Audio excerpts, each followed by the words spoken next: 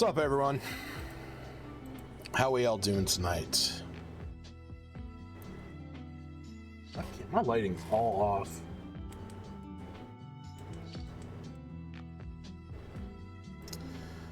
Hold on. That's much better. Okay, so if that's good,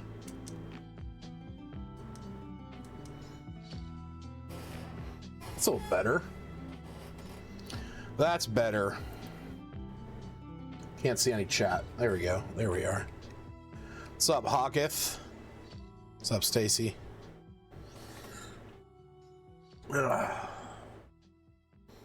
It's been a while since I was here in the tavern. It feels like.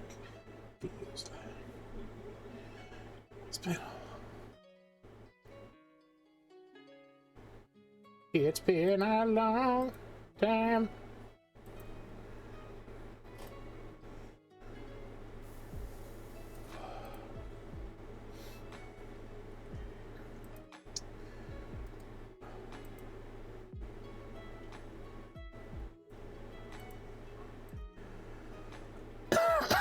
Alrighty then.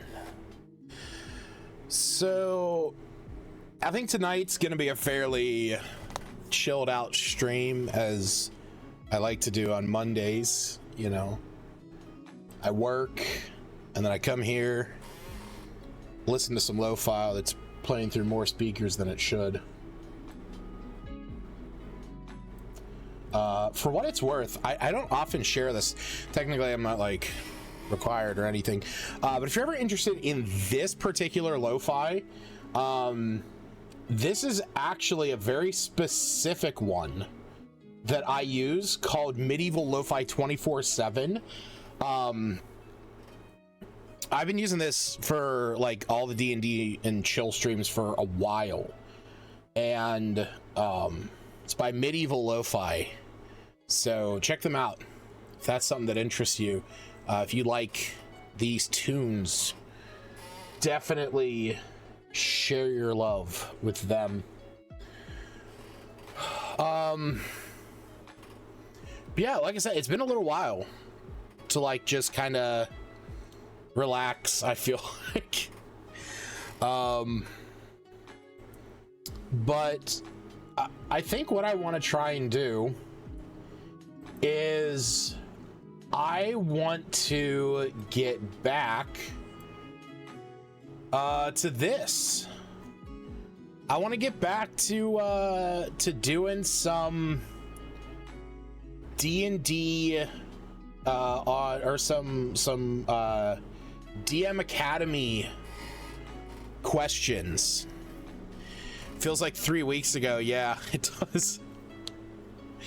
I haven't been to DM Academy in a while. I know that was like one of the things I was gonna do, where I was gonna, you know, get a bunch of community questions that were on there, like the DM Academy ones, and answer them. And then, you know, we had there was that whole thing with Reddit, you know, shutting down all their APIs or charging gratuitous amounts and having third-party apps, you know, kind of get fucked. And DM Academy was one of the ones that like really held out. They changed their format and everything, and it became a lot harder to actually navigate. But I figure we can give it a try. Get a look at some things in here, but on top of that, we also have some questions from the community as well, namely these ones right here. So I think I'm going to answer these. These have been ones sitting over in the DM advice corner over in the Discord for a little while. If you are out there watching this live or after the fact, if you have questions and would like my input, just the random input of a guy on the internet, well, you're welcome to ask them here live, or you can go to the Discord, links above me, or you can click the About button below the stream and go there, take a look at it. Lots of good people in there having lively conversations. But there's a DM advice corner in there that if you have questions you want to ask DMs, Pathfinder GMs as well. I know we got plenty of those. Mizroy's out there. But yeah, if you have those questions you want to ask them there, I'll answer them here live on the stream whenever I do one of these, less I feel like less orchestrated, these less orchestrated streams where it's like I'm not talking about one specific thing, or how last episode I was talking about some of the adventurers guild stuff, or Big B's. Less than random will be someone who doesn't. I don't necessarily think that. That would be funny though. I mean, I would love to see somebody get in here. But yeah, no, like, so yeah, I'm just saying, like, some random guy, just answering weird questions. Why is there a PayPal button on here? I think that's to pay for that service. I like this dark mode on Word, or on Docs. Yeah, there we go. Make it nice and right. Wait, you're a random guy. Oh no, Hawketh, we're the same person. Oh no.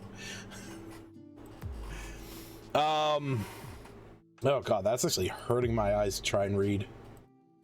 I'm normally pretty good at reading stuff whenever it's white on black text, but that was rough. That's a little too big. No, actually, that's pretty right. Cool. You're not a guy. No, you're not. Otherwise, your husband would have to reconsider some things. All right, so yeah, I'm going to answer some of the questions that have been lingering out there in the DM advice corner, and then kind of jump over to Reddit, and we'll chat from there. So, yeah. So first off here, when DMing for strangers, what might you do differently than when DMing for friends or family? So I think this particular context, I would say it would depend on, is it a one shot? Is this a one-time thing that you are doing for a group of strangers? Or is this something where, like in my case, when I took on the opportunity to run a game at a local library for a group of strangers, who I was not going to meet any of them in person prior to what essentially became our session 0.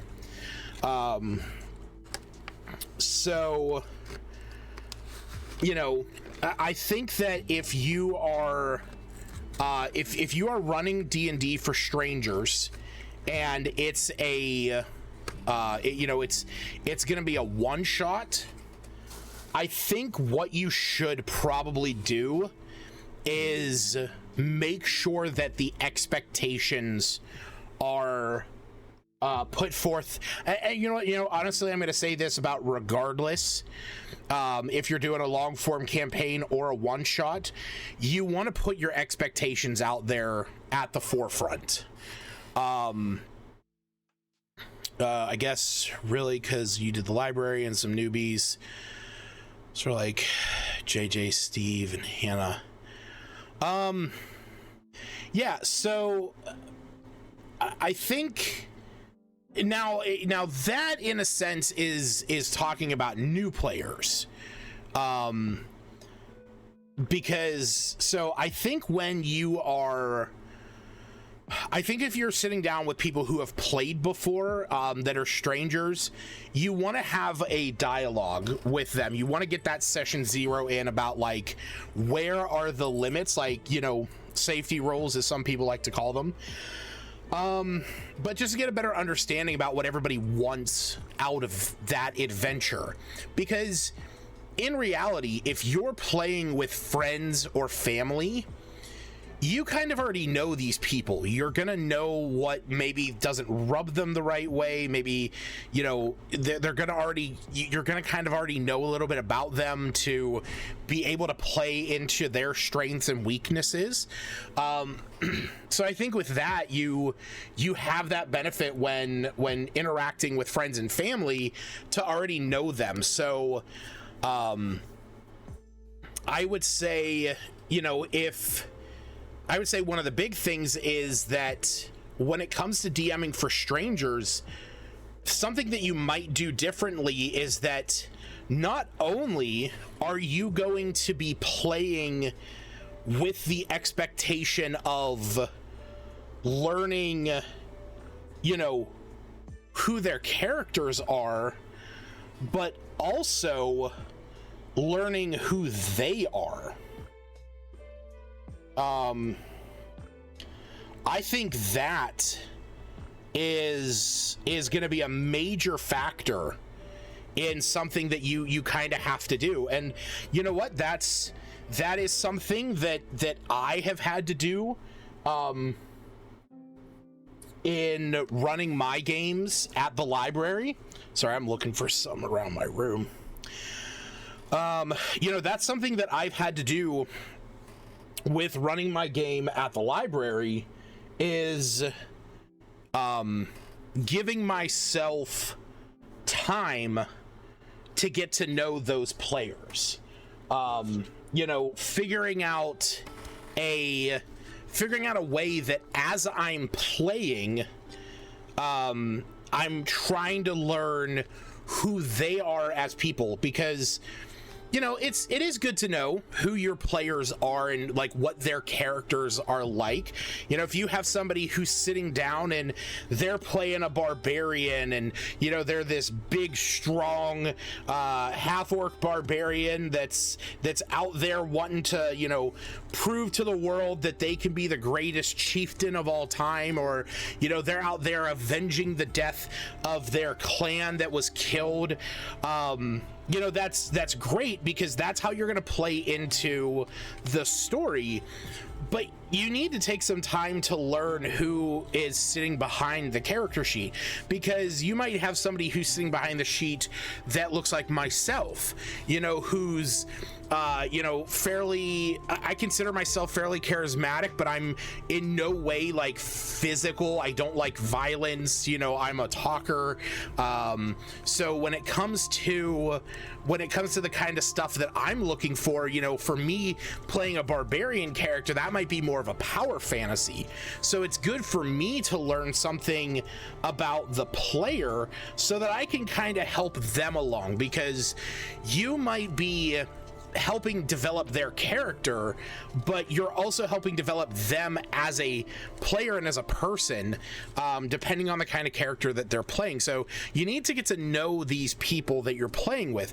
And yes, in a one-shot situation, that's going to be a lot harder than, say, you know, in a campaign, because if you're only just sitting down to run a game for a random group of people, say like a convention, or you know, you're just getting together to run something for your buddies that want to try D&D, then or you know, for some random folks that just want to try D&D, well, it's not as big a deal. But I think that in itself is the biggest thing to do, is try and learn who your players are. Learn what makes your players tick, not their characters, but your players. What are the things that they're really into? Because again, friends and family, you're going to know them. You're going to know, you know, what makes them tick. You're going to know, you know, the things that interest them. You know, my wife, for example, she used to play D&D with us, but she doesn't really anymore. Just she doesn't like when I DM, but that's because she has a hard time disconnecting me from, like, you know, me being her husband versus a DM. And so, you know, that's something that you know, we've discussed, and you know, we've kind of moved on from. But you know, the thing is that it's one of those things where if I'm running a game for her, like at one time I was actually running a one-shot for her and her friends who just wanted to try D&D. I kind of knew already what to expect from her. And so I played into that. She likes animals. She likes magic. So I kind of played in that, you know, her and her characters were all from some magic school, that each one of them got a companion. So I played into that. So again, that's, I think, where it really comes in. Like, what you should do is, if you're playing with strangers versus people that you know, definitely take some time to get to know them. Jeez, why is it so slow? To get to know them so you can best... Wow, this is really acting slow.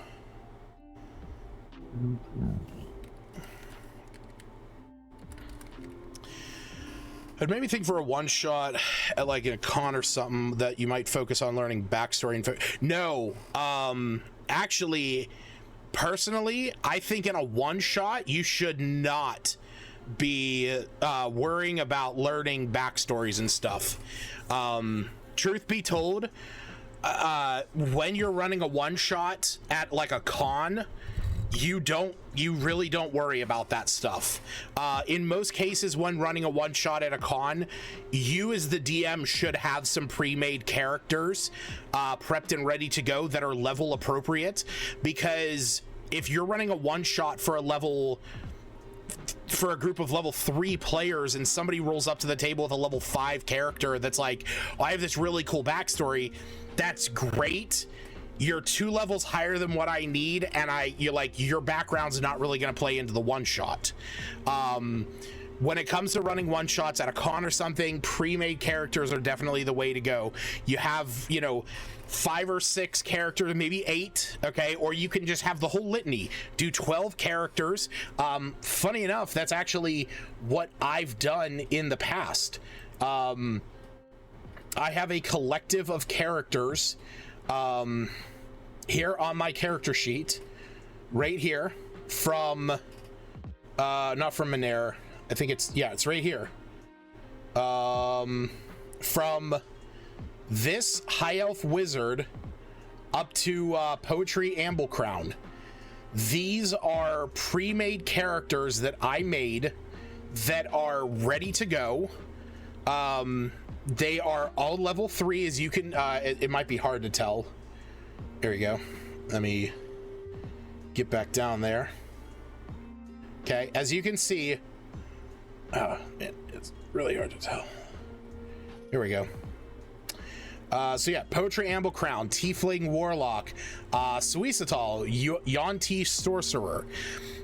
You know, these are the characters that I have prepped and ready. They're level 3 that I could, you know, somebody's like, well, I want to play a paladin. Okay, cool. Here's a dragonborn named Caledon.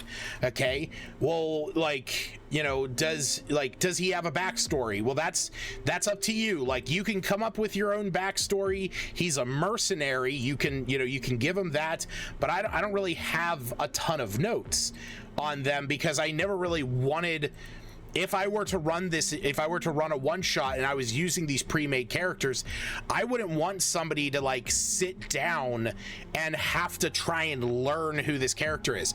Like, here's a template, play them as you wish. You want this guy to be like rude, crude, and in your face, as he's an Oath of Glory paladin and he's out there to, you know, do what he wants to do and, you know, become the greatest paladin of all time. Fucking awesome. Like, play him like that. But you want him to be, you know, honor bound and somebody who's linking himself to the land and who, you know, wants to do great things for the people around him. Awesome. Play him up like that. And I did say 12. I have one for each class. Well, I think I do. I think I might have skimmed away from it. Let me double check here. Warlock, Sorcerer, Ranger, Paladin, Monk, Druid, Bard, Barbarian, wizard, cleric, rogue, fighter.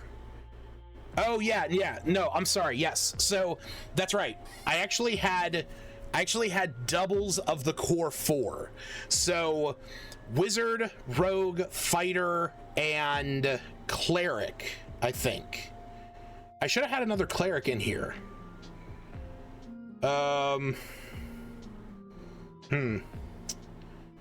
Maybe I didn't. Maybe I just had the wizard, rogue, and fighter, because I definitely have some backups here.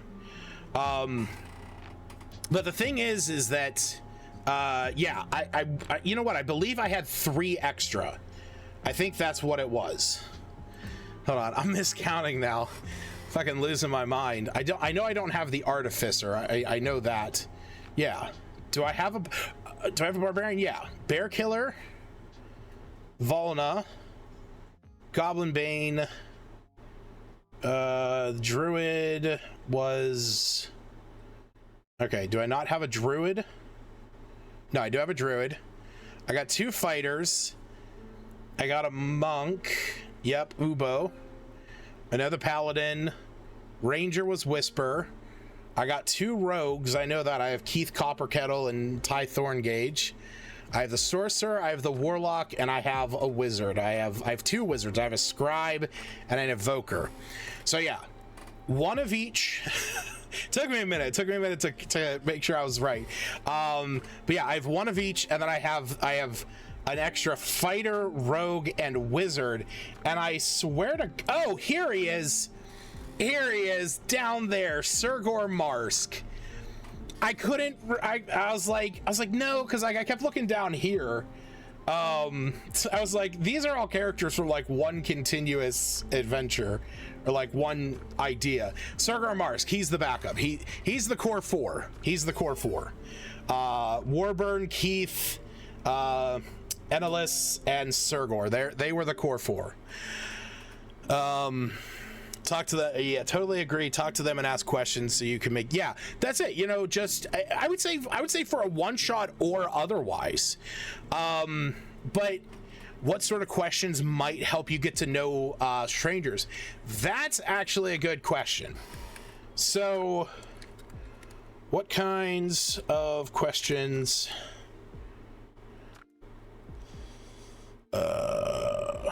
might help? Oops. I don't know why, but every chance I get to do a one-shot, I troll using PDK and confuse the DM, making them think I'm a total noob. Nice. My campaign pre-rolled characters that fit the story. Yes, it's Railroad. Players draw character cards each session for which... Oh, that's interesting. That would be cool. So here's the thing. I think the questions that might help for a one-shot is actually pretty simple. What kind of experience are you looking to get out of this? Do you favor combat, social, or exploration encounters?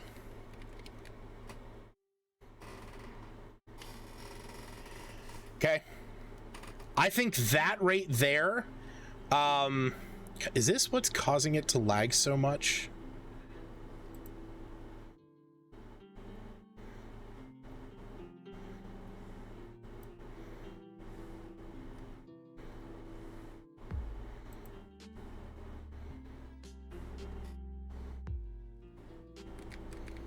That's typing good now.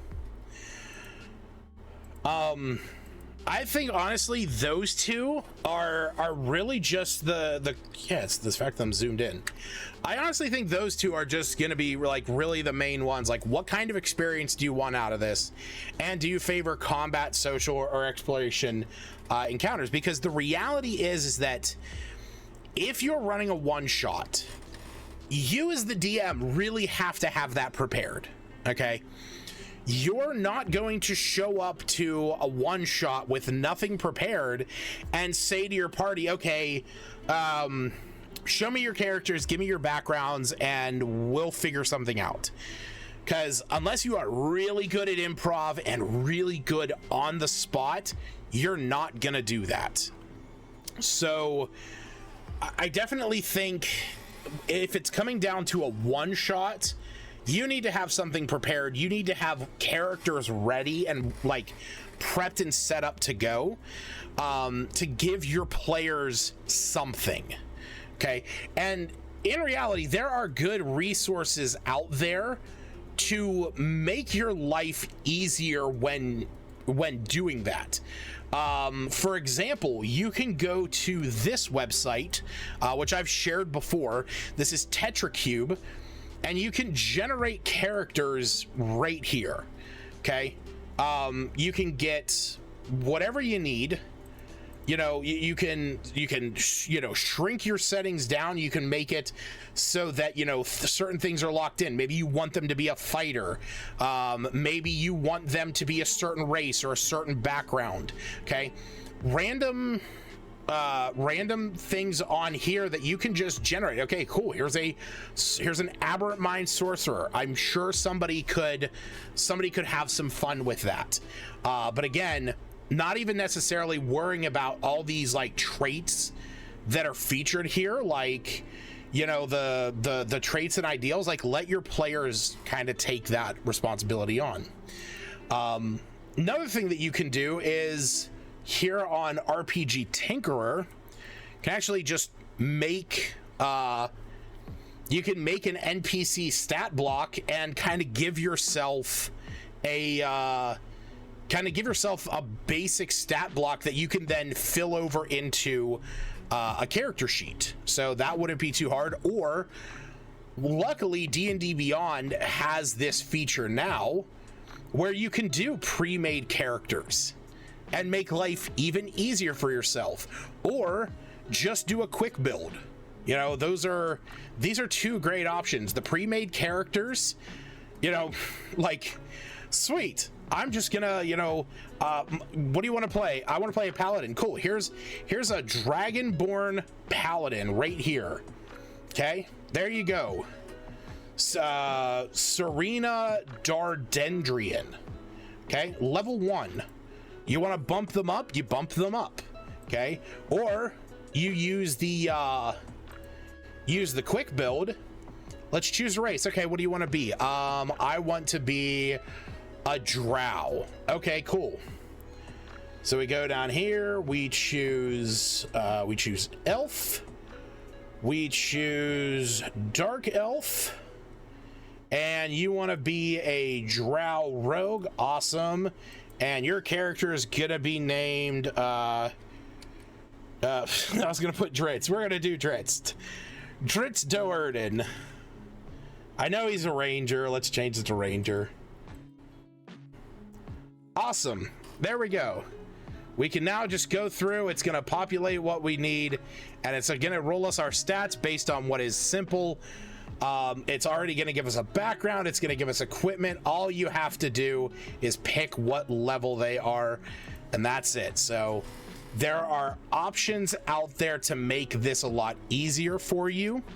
And again, these are just some options that you have when it comes to having pre-made characters prepped and ready for your players. Now, if you're somebody like me who, it does spells and everything, yes, those will both do spells.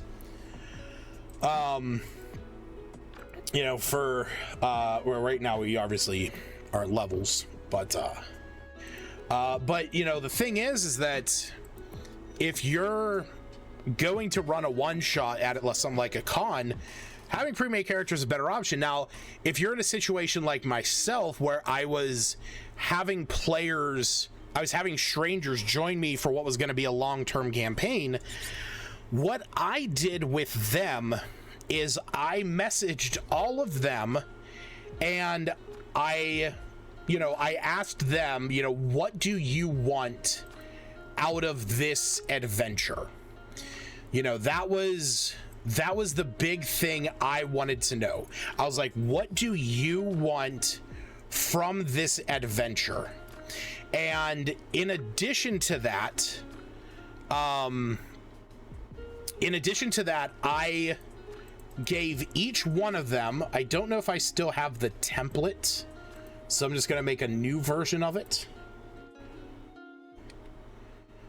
I knew that this was going to fuck something up. I've talked about this before on the stream. This is not something that's new to, or that should be new to anyone here. But this is the list of questions that I give to all new players, and are the questions that I like players to ask themselves when making a character, because they're fairly simple when you really get down to it. Oh shit. Damn it. Because they're fairly simple questions, okay? When I was introducing myself to my players at the library, they had already come to me with some character ideas in mind. Okay, my one player knew he wanted to play a paladin. My one player knew they wanted to play a ranger. My one player knew they wanted to play a rogue. And I told them, I said, okay, cool. Give me a little bit about your character backstory. You know, let me know what their background is. Let me know what their race is. Let me know what their class is. Let me know whatever you feel is the most important thing to their character, so that when we meet on session 1 and after we talk about the session 0, where, you know, I want to be able to jump into things, and I want you to have some idea about who your character is so we can really get into this. And at that first session, I had gone through and printed up these questions and handed each one of my players this piece of paper. So, and these aren't like out of the world questions, okay? How did your character learn the skills and abilities to become their class? Okay, and you know what? I'll demonstrate it, how simple of a guideline this can be. Let's look at Brondar Ashenhammer. If you remember from the last time we got together, we made a new character based off of some of the giant abilities, and that is Brondar Ashenhammer. Now, the backstory that we came up for that was, you know, obviously storied, but we'll get into that. Was session 0 any different to learn about the library players being strangers? No. Not the way that I structured my session 0. And if I can find it.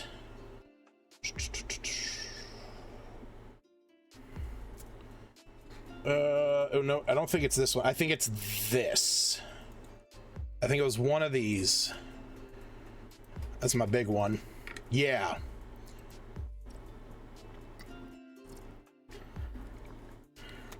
Wait, was this it? No. This is an old one. This is the one that I approached them with. Okay. Oh yeah, because there's the questions. Okay, perfect. The perfect example. There's the questions that I approached them with. So it's exactly the same thing. But these are the things. Obviously, some of my house rules have changed, so that's a thing. But ground rules, and this is the same. These are the same rules that I try and uphold to all my friends and family that have ever played. No unannounced dice rolls, please. Wait until I ask for the roll. If you roll an unannounced and you roll a nat 1, that's the roll we go with. Okay, this is in situations where I maybe describe the players walking into a room and there's a chest in the room, and the rogue of the group gets overzealous and goes, I'm gonna roll sleight of hand and I'm gonna unlock it, and they roll a nat 1. Okay, that, you know, maybe it wasn't locked. Okay, maybe your base sleight of hand was high enough that you could have just unlocked it naturally. But you rolled a nat 1, so you're physically putting a lock on it. In fact, as you go to open it, a magic lock appears, and it's an arcane lock. And you can't just pick those. You have to cast knock on it or dispel magic, which only, you know, lets it be unlocked for a certain amount of time. So no one announced dice rolls. Readied spells are fully cast. If you don't cast it, it fades and you lose the spell slot. Okay, so if the party is standing in a room and they hear noise on the other side and the wizard says, I'm gonna ready a fireball so that when somebody walks through that door, I'm gonna cast it. Okay, cool. You cast fireball. The door opens. It's your ally. You said that when somebody walks through that door, you're going to cast fireball. Well, you're choosing not to. You call back that spell, but you had cast it. That is prepared. Disadvantage and advantage do not stack, and the only exception to that is from the lucky feat, but that's because the lucky feat is where, like, you get to pick which d20 you take when you roll, so it just works a little bit differently. There's no crits on saves or checks, and massive damage or 2 times your max health is an instant kill. And then I go over my house rules, and then I go over spell tweaks such as guidance doesn't stack, healing spirits in combat only, grease is flammable, bless bane is 1 spell, and true strike is bad.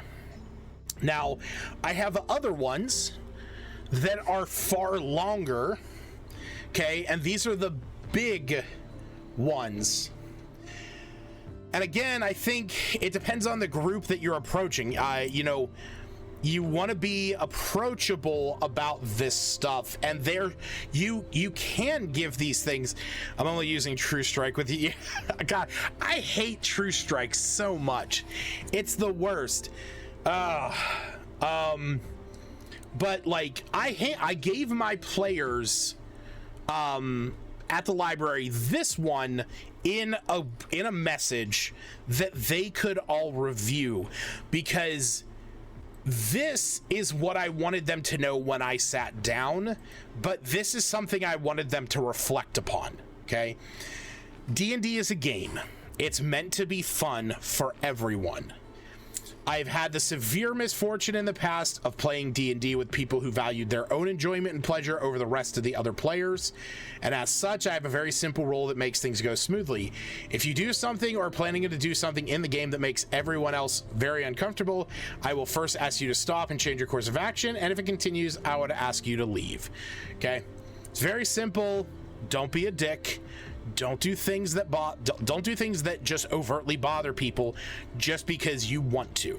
Okay, everyone has their limits, and I would rather have a group of 4, you know, what some people might consider babies or might consider, you know, liberals or whatever, but I would rather have a group of 4 people that agree upon a certain set of decorum, rather than a group of 5 people where one person makes them highly uncomfortable and is miserable to play with. Okay, so, you know, when it comes to the rules, just remember there are rules. They are there for a reason, to help keep the game fair and balanced, but I often do use the rule of cool. You know, so that's, you know, think outside the box, approach me, you know, let me know what your idea is, and if I think we can figure out a way to make it work, I will do that. Role-playing, you know, this is a role-playing game. I want people to try and get into their characters, but I don't want people to not be comfortable with it. Okay, you might have somebody like myself. I love doing voices. I love portraying the character. There are a lot of people that don't, and I've unfortunately played with people in the past who, if you don't do a voice, they get pissed, and they're like, "Oh, that's your player voice. What's your character voice?" It's like, no, you know, if they just want to describe what their character is doing, that's okay. Okay, I might try and coax out a little bit of, you know, like a little bit more. It's like, oh, I taunt the guards. Okay, cool. What do you say? Like what is it? What gets under their skin? Okay, you already rolled the deception or the persuasion or whatever it is, you know, that was rolled. But like, what do you say? It's not going to change it. It's not going to make it any more or less. But like, yeah, just like give me something. And if you can't, okay, no big deal. Not the end of the world. You know, so that's the thing. There's definitely different rules, different session zeros that you can implement. I would definitely hold off on doing these at something like a one shot. Okay, at a one shot, I would maybe do something just like this, and maybe just have it present so that your players can reference it. Okay, if you say in the beginning, hey, don't roll unless I ask you, you know, advantage, disadvantage doesn't stack, there's no crits on saves or checks, and massive damage or twice your maximum hit points, that's an instant kill. You know, also I use a different flanking roll. So if you're if you have an enemy that's next to you, or you know, if you and your ally are next to the same enemy, you each get a +1. This stacks up to a +3. What's up, PCM? You know, you can use a potion as a bonus action, but if you use a full action, you get the full effect. And brutal criticals, if you roll a nat 20, you get the dice pool maximum. So if, you know, you're a rogue and you have 46 stealth for your sneak attack, awesome. You're gonna roll 46 and you're gonna add 24 to that. You're gonna do a shit ton of damage. Okay. Again, I would go over those quick in a one shot. But if you're planning on running like a longer campaign or something, it's definitely worth your while to sit down and explain to them, you know, what those expectations are. Okay, give them an understanding of, you know, what it is you're looking for in the game and what, you know, what you're expecting out of them, and then ask them, what are their expectations? You know, what is it that they're expecting to get out of this? And, you know, that's like I said, that's kind of going back to this, you know, what kind of experience are you looking for with this? You know, if you're sitting down at a one shot, what do you want to get out of this? Do you want to save? Do you want to walk away from this feeling a hero? Do you want to solve a mystery? You know, is there something in addition to this one shot that I can add? Can I put in a little bit of you know, subterfuge in here? And honestly, there are other games out there that kind of do that a little bit better. I recently was playing Vampire the Masquerade, and in those games, in White Wolf games, they often have like aspirations and stuff, things that you want to get done in a long period of time and things you want to get done in that session. And in the session that I played, I put that the goal I wanted to complete in that session was, as my character was a fortune teller, I wanted to perform a reading. So my DM knew that, and they gave me an opportunity to do that, and it felt really cool. So it's, you know, it's one of those things where you can say to your players, what is something you would want to accomplish on this session? And honestly, it's not a terrible thing to maybe even do that in a full-size campaign. You know, at the beginning of the session, you could go around to your players and say, hey, you kind of know where you guys are going to be going in today's session. You know, maybe you're going to fight a horde of orcs, or maybe you're sneaking into a bandit camp to, you know, recover somebody that's been kidnapped, or you're going down to the docks to steal back some wares that have been taken. But what's something you would want to complete? Like, what's a little goal you would want to do during this? You know, you might have the barbarian say like, "Oh, I want to smash a barrel off someone's head." Awesome. We're gonna put some barrels in there. Okay. You might have the rogue say, "You know, I want to pickpocket somebody." or I want to steal something. Cool. You could put something in there. You know, you could put some like well-to-do dandy walking down the street that they can attempt to pickpocket. You know, maybe they don't get a chance to do that, okay? Maybe they give you something that just doesn't work for that session, and you can kind of, you know, move on from it. But yeah, I think to answer the question, you know, what kinds of questions are good to get to know strangers for a one shot? Just ask them, what are you looking to get out of this, and what do you favor? What have you played D&D, and do you have any, like, do you have an expectation? Doing good, roaming around Twitch while I do character stuff. Nice. Before the wilds of BG3 and throw me. Fuck yeah, dude. If I wasn't here right now, I'd be playing Baldur's Gate. But you can also watch my Baldur's Gate stream here on Saturdays at 9:30 Eastern. Me and my friends, Dad Bods and Dragons, causing chaos across the Sword Coast. I think I've talked about this thing already. Possible. Well, tell me more. Tell me about it, and we'll see. All right. Is there any differences? I know this was like an along the lines thing. Any differences DMing for children versus adults? The answer to that is yes. Your Azamar Blood Hunter.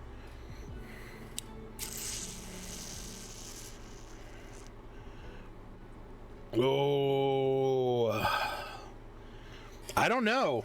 I think you may have. It sounds familiar. Post a little bit about it, and then I'll tell you if I remember it. Okay, so any difference DMing for children versus adults? I will say yes. There definitely is. Now, the difference, in my experience, now, as I've talked about, I have ran D&D games for plenty of adults, but this is my box of... Oh, there we go. Ugh. It's a damn filter. This is my box of D&D stuff for my niece and nephew, okay? These are all their Adventure Club books. This is where we keep their like whole set of dice. The whole 7 things is hard to forget. Oh, all you gotta do is go on a rant about her appearance of that nobody. Yeah, no, I remember that. So we got like I said, we got the dice that came with it. Oh, one second.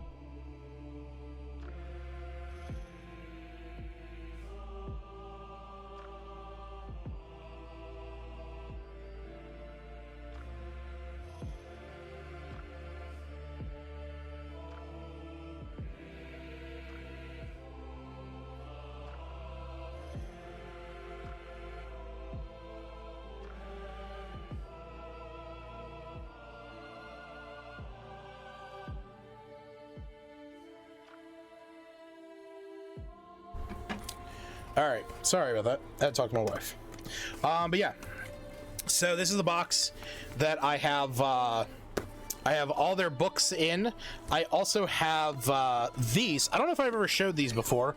I definitely have shared a picture of them in another Discord that I'm in, but I'll do my due diligence here.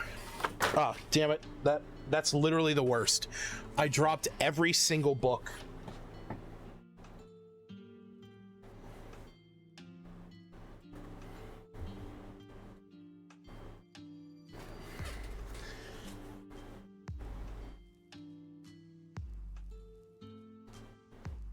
Okay. All right, hold on. Let me turn that on. That should turn that.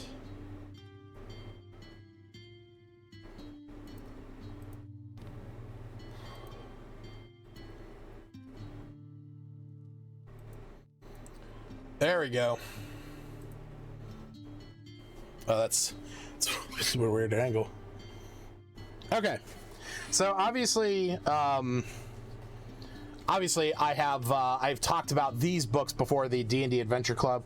I've talked about them a few times. I'm not going to go into detail on them today, but needless to say, this is a monthly D&D Adventure Club that you can get that is geared more towards kids. So this is actually the box that I have for my niece and nephew when we get together and play. So I have the dice that I use, that, you know, whenever I'm playing, this is the dice that I use with them. This is not the dice that came with it. I actually don't know which set of dice it is because I put it in my bag, but this is the nice little bag that they sent. I got my own rolling tray, so if you're out there, you can go to Walmart and buy canvas frames, like 5x7 canvas frames that have this little lip, and normally you're supposed to stretch canvas across them, but you can put some felt down, get some fabric glue, and glue some felt into there, and it makes for a very simple, like, $5, if that, rolling tray that keeps all your dice in one spot. I started having to do that because when I used to play in person a lot with my friends, my dice would roll off the table and my dogs would attempt to eat it. And in fact, my dog did eat one die. Eventually it came out the other side, but, you know, not the best way you want it to be going. But for my niece and nephew, I actually bought them these little packs. Oh.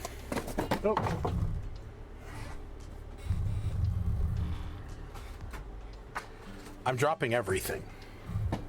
No, literally, I'm dropping everything. Hold on.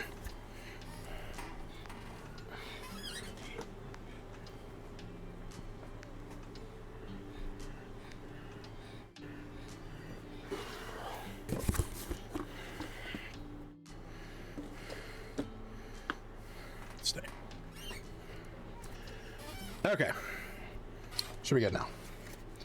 All right, so yeah, my rolling tray. So this is just a folder of characters. These are their characters in question. Thistle Greystride and Tess. So funny enough, this is actually my niece's character. This is my nephew's character. So they just kind of have their own character images in mind. They're not using the art that's on here. And this is the cleric that's joining them on their party, Lyra Lightbringer. So she's a part of that. But I keep all these sheets here just in case my niece and nephew were to ever bring over a friend that maybe would want to play. They can, you know, take a character sheet and play somebody.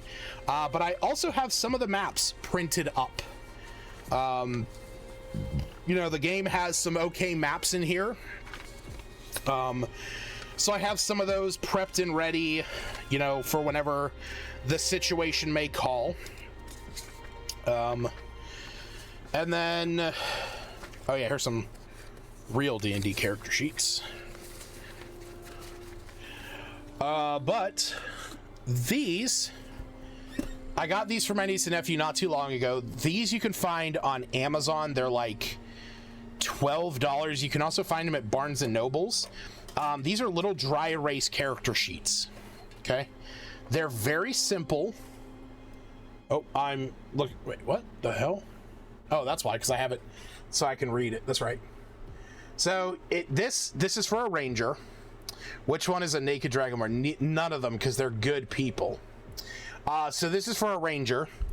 Obviously, it just has the name, their maximum hit points, their AC, their initiative, their speed, how many spell slots they have or have used, death saves, their spell DC, spell attack bonus, and current hit points, as well as their favorite enemies.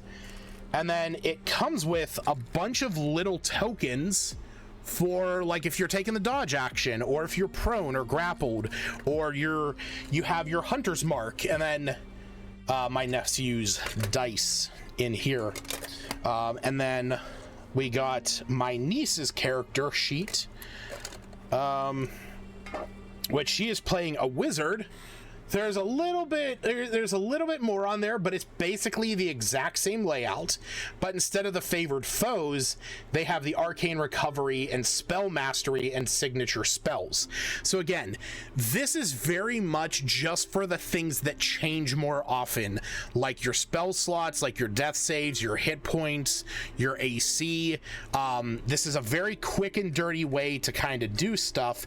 And then yeah, here's some of those tokens, like an invisibility token. So, oh wait, there we go. Yeah. There we go, invisible. I think these are great. Actually, all my players that I play with at the library, I bought one for each of them, and they use them. They actually use them because it helps them keep track of the small things. But yes, Stacy, to answer your question, I am using Encounter Plus for them, but that's just mostly for the maps. But sometimes it's nice to just have a physical map that you can, you know, present to them or show them if they have a question, something that they can hold in their hands. So that's actually why I have a couple of those printed out. Oh yeah, I guess also in the back of this box is these rolling trays. I actually got these for both of them on a like discount shopping app on your phone called Temu, T-E-M-U. My buddy Ryan Doyle over at the Verdigris table, he actually did a whole video about them. But look at this. These things are like $20 on some of like the higher end D&D websites. This rolling tray, I got this thing for like $3. I think like $3 or $4. Okay, it's a nice rolling tray. It snaps together and snaps apart, so you can store it flat. But that's it. It's just to keep dice on the table, kind of like this, but it's not, you know, you don't have to go out and make it. Like I said, it was like $3, $4. But yeah, that's at least, you know, the stuff that I use for my niece and nephew when it comes to running games for kids. Now, here's the difference between actually running a game for kids versus adults.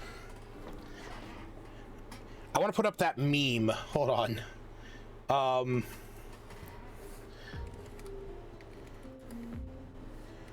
I gotta find it. I wish I would have had this. I wish I would have had this sooner, but obviously, you know.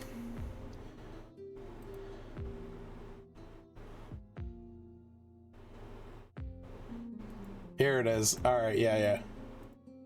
We're popping this up. All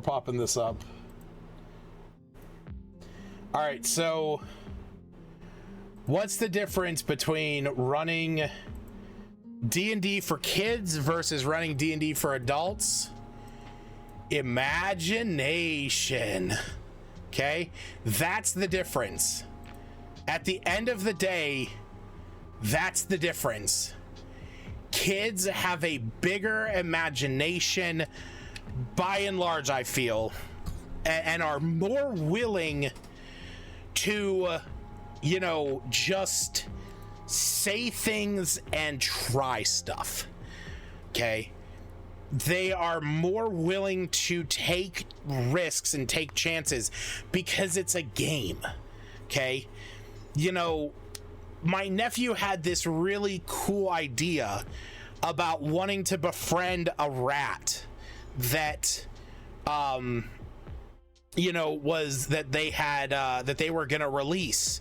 Okay, sure, that's maybe not like so out of the question, but you know, for a group of people to be told like, hey, there's a bunch of giant rats down in this basement and it's causing me not to go down there, for that party of kids to have the idea of, instead of killing them, let's like get them out of there, let's go release them into the forest. that's not something I would have necessarily thought of could have happened. I mean, granted, it could have happened, but most players are going to go down there, kill the rats, and then, you know, like, oh, cool, like, it's all done. But that led to like a little side adventure where they're going out releasing the rats, and, you know, my nephew's character being nonchalant about where he's jumping around and where he's, you know, not looking, and he, you know, oh, the bottle breaks or the jar breaks that the rat was kept in, and the rat escaped, but it's injured, so they heal it, and then he befriends it, and now he has a rat companion.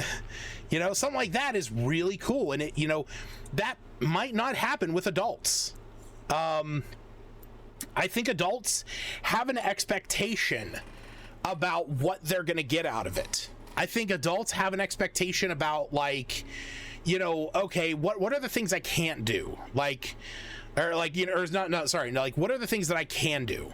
You know, they want to know, like, what can I do in this? Like, you know, where's the walls? Okay, where's that fence saying do not go further?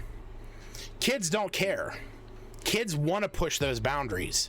They want to ask questions, okay? And it's giving them that opportunity to do that. It allows them to really, you know, have a chance to explore the game more. So, is there any differences between DMing for children and adults? Kids are going to present you with more imaginative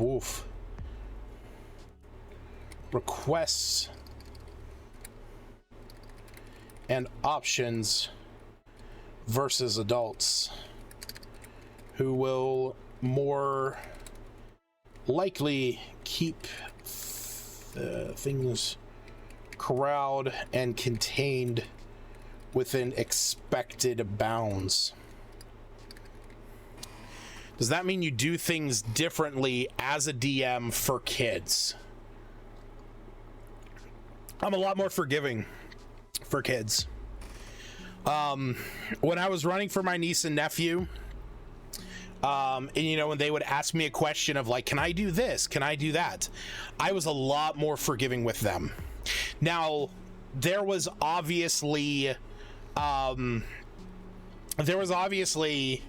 you know, moments where I wanted to make sure things were kept fair and things were kept balanced.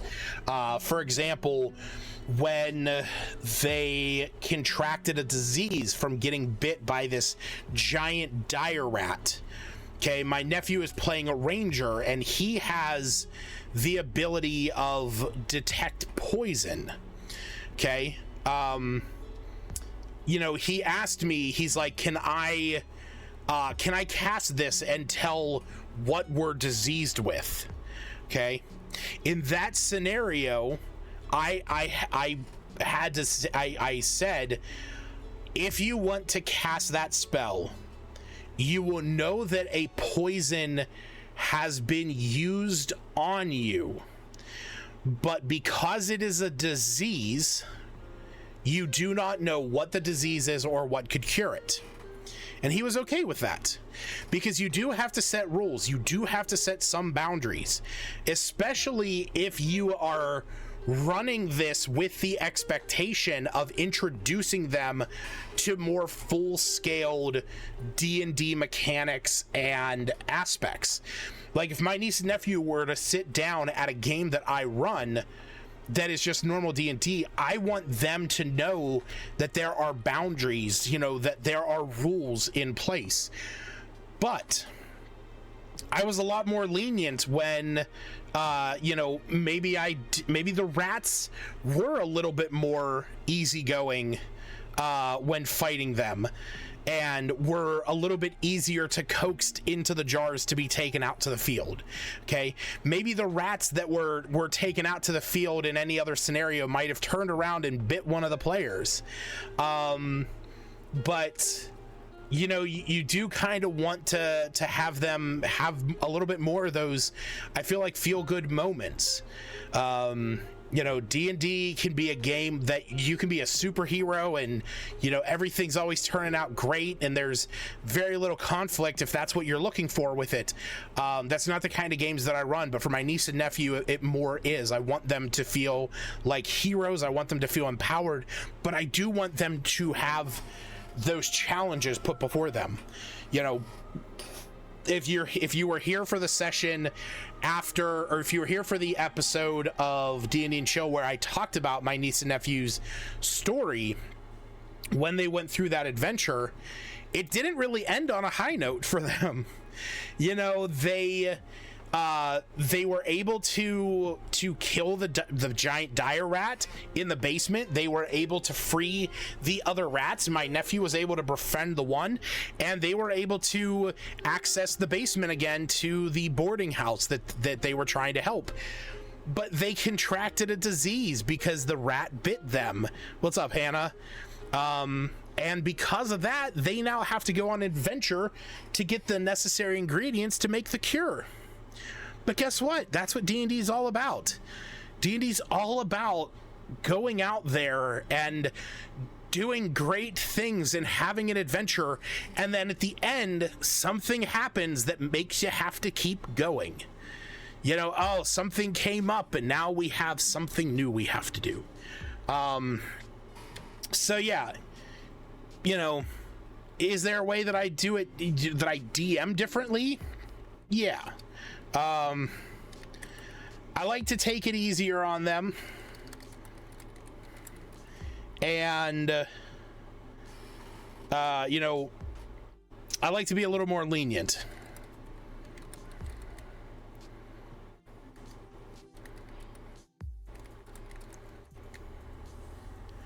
The only deal for me, oh well, hey, maybe one day.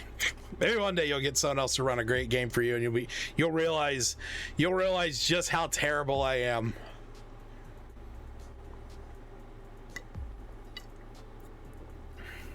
Ooh. Tell you what. I know I always say, you know, I'm like over here drinking G Fuel, and like I literally do have a thing of G Fuel next to me. If I could ever get sponsored by a drink, Gallagher's lemon tea. That's all I want. That's all I want. Whew. Oh, that did not work. Oh well, it's his life. Oh.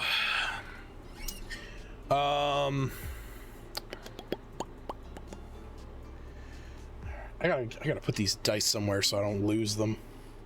So afraid I'm gonna lose. I have some D4s randomly sitting next to me. Not Gallagher's. Gallagher's.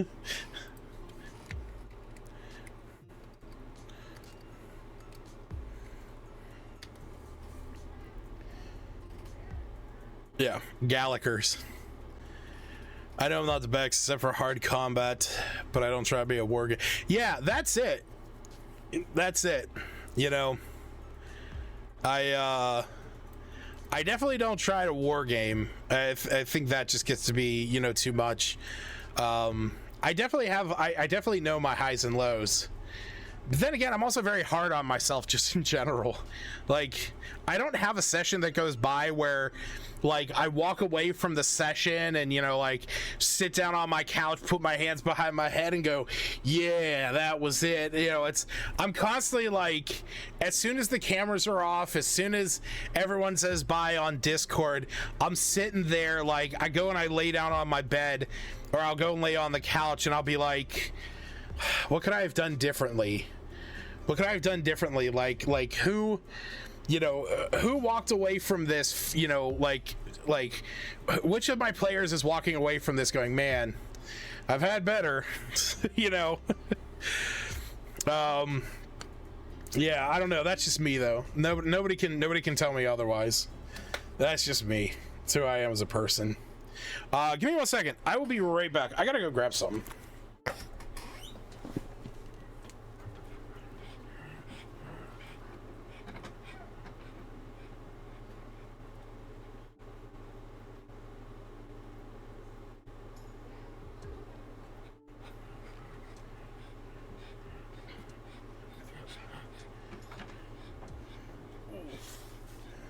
Whew. Kelf is gone. Post bread. Hell yeah. Post that bread. Post that bread. I don't have a bread meme.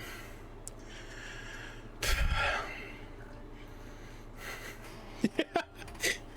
Dude, one of my favorite subreddits of all time is bread stapled to trees. Like, there is very little things out there in the world that just give me a like the heartiest of chuckles rather than bread stapled to trees.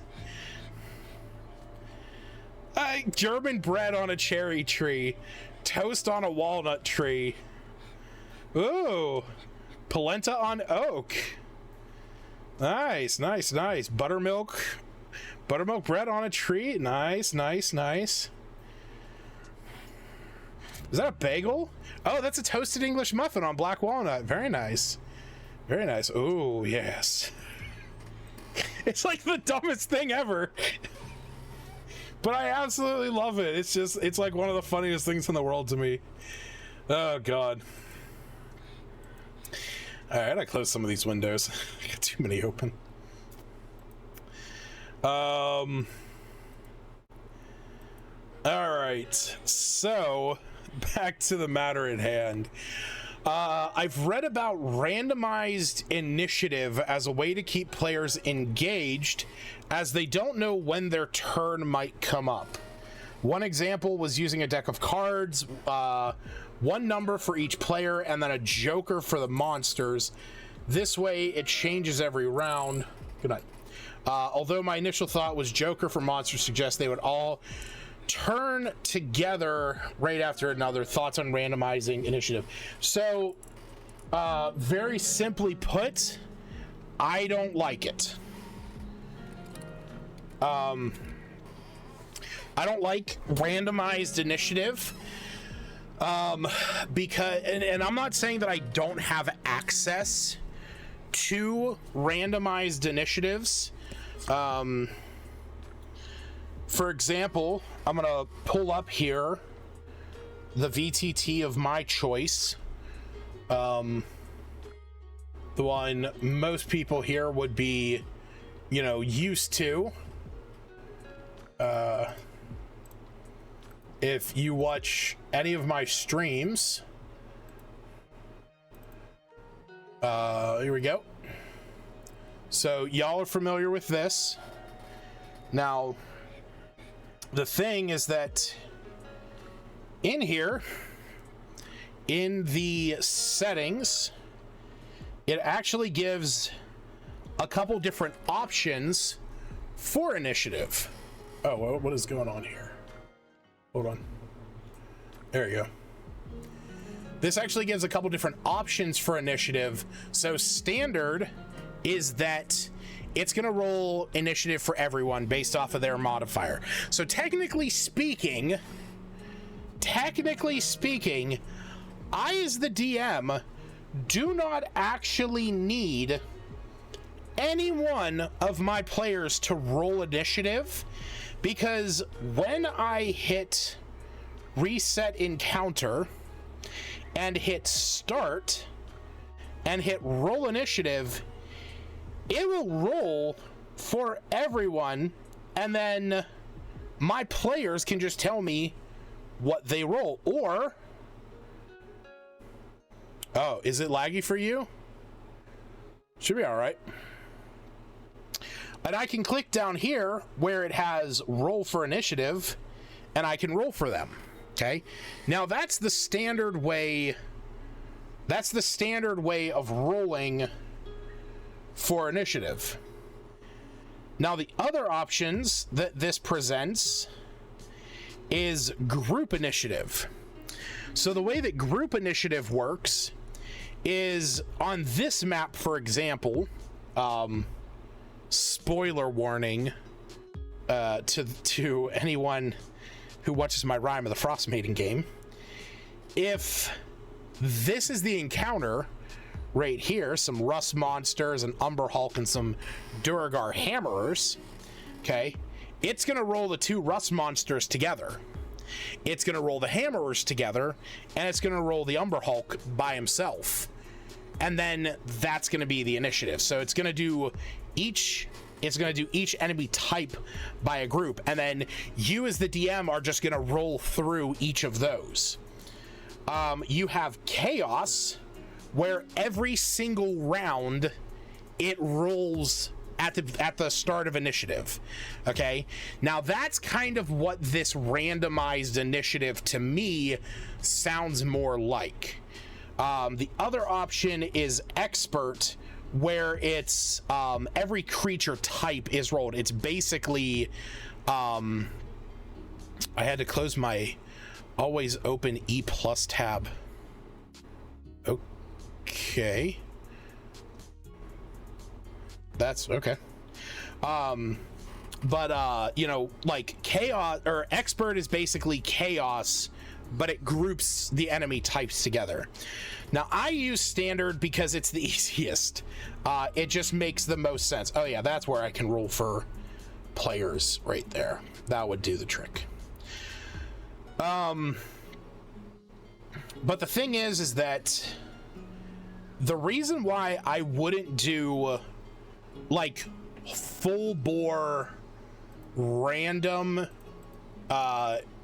initiative has more to do with the fact that it would just, if it was purely random, where, you know, you could have like the low dexterity paladin you know, at the top of the initiative, and the +13 to initiative rogue at the very bottom, you now kind of take away what some classes get because of that. Exactly. Hawketh makes the example, one of the examples I was about to bring up. So, for example, the Swashbuckler Rogue gets a bonus to their initiative equal to their charisma modifier. So a Swashbuckler Rogue is going in first because they have that rakish audacity, because they're a little bit more charismatic, and that combat is more of a dance, it's more of a flourish to them. And the alert feat giving them a +5 to initiative, they're always ready for attack, they're always ready to move. So the rogue that particular rogue should have a high should have the high initiative and should often lead combat off. For example, that is what Slagru Molten Grace, Glenn's character from Rime of the Frost Maiden, that's why he has a +13 for initiative. He gets a +4 to dexterity, he gets his proficiency bonus, and then he gets his not proficiency. He gets his dexterity, he gets his charisma, and he gets a +5 because he has the alert feat. So randomized initiative, while it might make some players stay engaged because they don't know when their turn's coming up, I mean, that, I don't necessarily think that's going to be the best way to keep your players engaged. In fact, I think a way to keep your players engaged is more of letting them know when their turn is coming up. Reminding them, hey, all right, so we're moving on to Glenn's turn. Smith, just so you know, you're on deck. Okay, or all right, it's Stacy, it's your turn. Hannah, you're up next, so start looking at your spells. Okay, that's a very simple thing that a DM can do, is, you know, in order to just kind of keep their players, you know, in focused on what's going on, because you're going to have players that their attention wander. It's going to happen.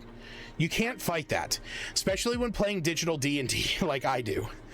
You know, I wouldn't lie if I'd be lying if I didn't say I had a Reddit page, or, you know, open on the side sometimes, you know, for whatever combat's going on, and, you know, one of my players is taking a little bit of time to look at it, I might like look at something. I know for a fact that some of my players play video games off to the side, you know, when playing D&D. Do I wish they wouldn't? Yes.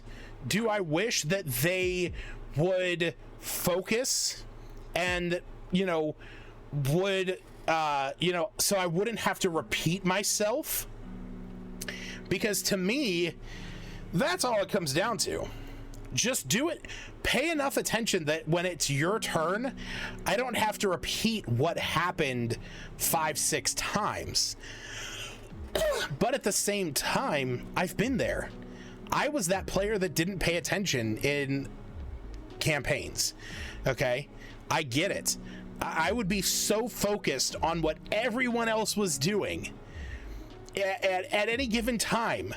I would be trying to, like, when I used to play in person with my friends, I would be so focused on what they were doing while we were playing, and like trying to think about like what their character could do on their turn. I didn't pay attention to what I could do on my turn. And then when it would get to my turn, I'd be like, oh, yeah, maybe I'll do this, you know, and I would just kind of throw together. Or, you know, it would get to my turn and I might not have paid attention, and I'd have to ask the DM, like, hey, is he still up, or is he there? You know, and granted, having a battle map is good. You know, having, you know, something that you can look at is good, but even sometimes with that, you know, you might not pay attention to where an enemy moved, or that somebody died, or something like that. And so, but that's it. You know, distractions are going to happen. It's best just to limit them. To me, it's me. I focus a lot on, yeah, that's the thing. You know, I've been there, you know, and that's the thing. You know, D&D takes a lot of attention. You know, when you finish your turn, you do your thing, you know, you have to split up your attention between what are the enemies doing, what are my allies doing, and what can I do to, you know, do something on my turn. But here's the thing, okay? Yeah, and new spells and abilities can be a thing. But here's the thing, okay? You need to come up with 2 things, okay? 3 things if you really want to get complicated, okay? Come up with something that you can do all the time. And we're really talking about combat. I'm really saying we're talking about combat, okay? Come up with something that you can do all the time, no matter what's going on. You know, maybe that's going to be attacking with your main hand weapon. You're always going to be able to do that unless the odd chance that somebody rips it out of your hands, okay? You know, or that, you know, you're going to cast your firebolt spell, or your ray of frost, okay? Always have that one go-to that's the simple basic thing that if you're within range of an enemy, you can do this thing, okay? Pay attention to what your allies are doing and try and keep in mind a spell or ability that can help your allies, okay? Maybe you can heal. Maybe you can cast spike growth, okay? Maybe you can cast hideous laughter, or you can cast confusion or hold person. Something that's going to make things a little bit easier for your allies. You're not actively going out there doing something to hurt somebody, but maybe you're backing somebody up. That, you know, have that one as a backup. And then third, again, this is if you really want to get complicated, have that like go-to big thing that you're gonna do, okay? For Smith, that could be his big fireball, okay? But maybe like a Tempest cleric For example, if you have the lightning bolt spell, I'm going to use destructive wrath. I'm going to use my channel divinity. And I'm going to cast lightning bolt, and I'm going to zap a huge line of people. Okay, it's going to be when you need one of those big showstoppers. Okay, but the thing is, if you think about it that way, 2 of those are just your backups. The main thing you need to focus on, that you need to pay attention on, is what are my allies doing on their turns. And as they are going, you're listening to what they're saying. You're listening to what they're doing. And that whole time, you're looking at your character sheet and you're saying, okay, what can I do to help them? What can I do to assist them? Well, okay, maybe I can cast healing word to you know, get the barbarian up, or maybe but I can also cast heat metal on that giant because he has the axe, and that'll maybe make him drop it, you know. But I think I need to help the barbarian first, and then heat metal comes next. Okay, so, you know, and then think about yourself like two turns ahead. Okay, this turn I'm gonna heal him, and on my next turn I'm gonna cast heat metal. Okay, and set yourself up with that, and just follow them.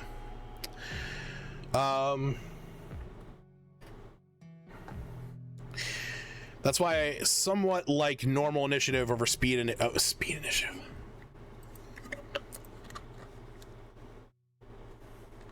I forget what's speed initiative.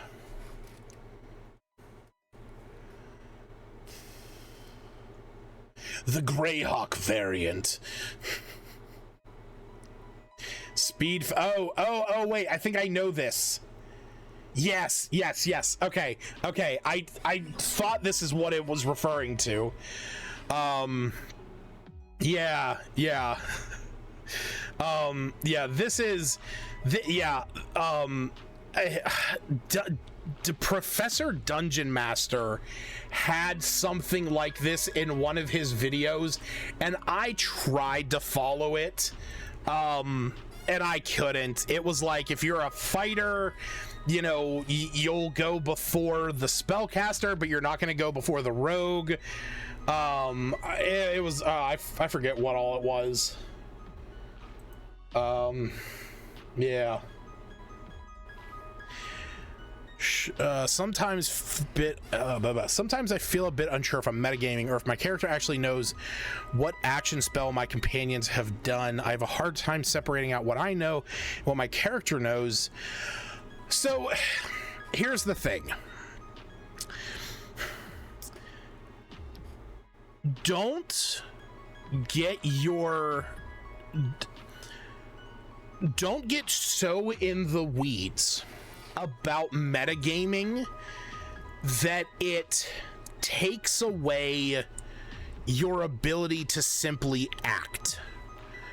Okay? If you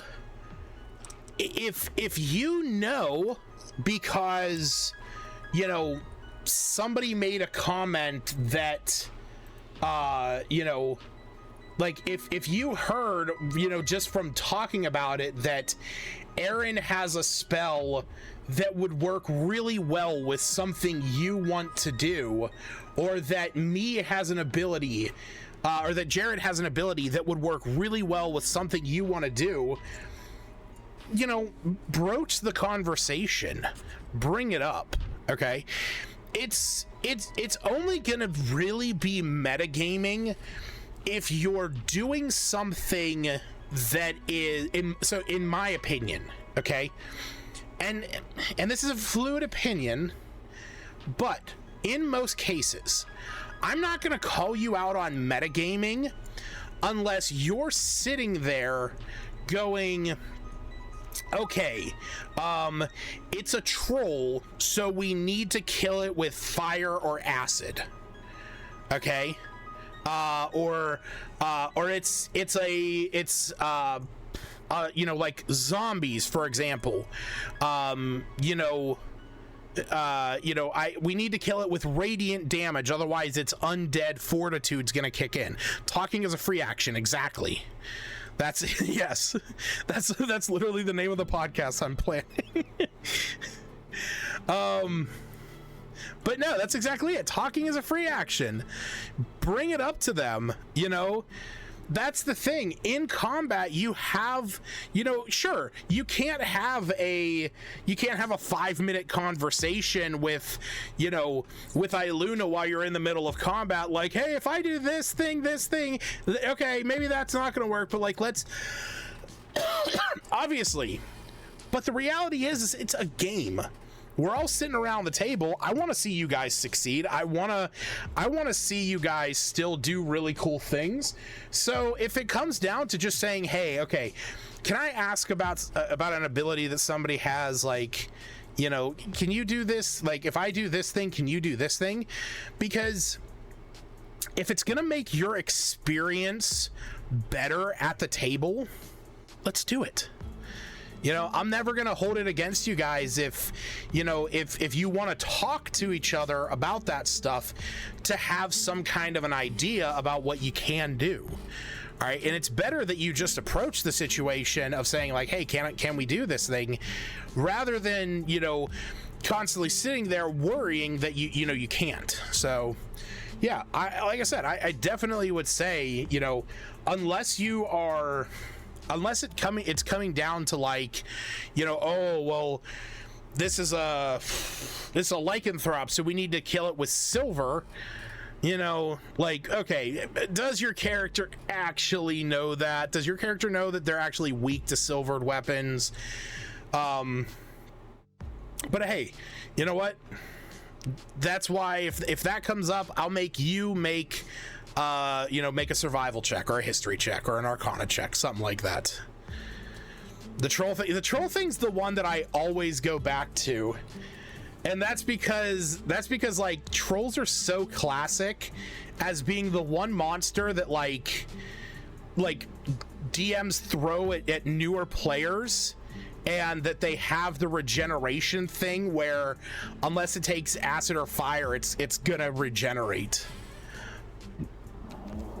But again, you never want to sit there and, like, you know, really kick yourself over, does my character know it, or do I, do I not know it?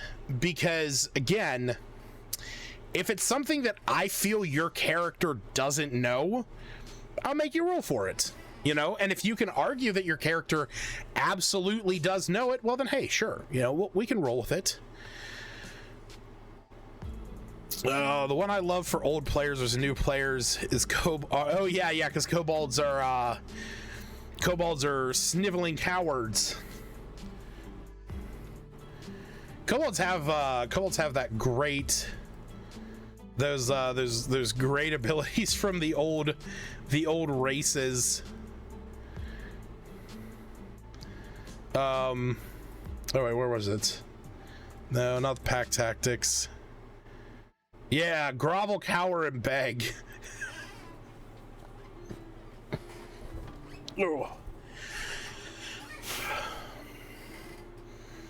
Since they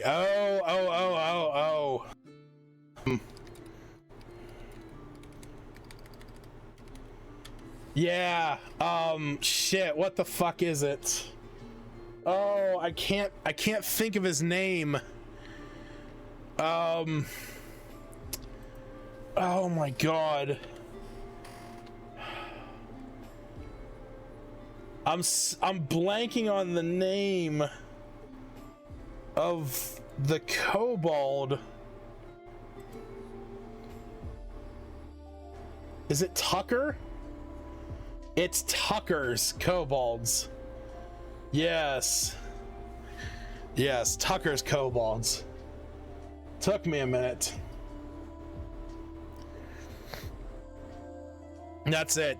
Chase and follow retreating kobolds. Always chase and follow retreating kobolds. That's the rule. Oh, man. Yeah.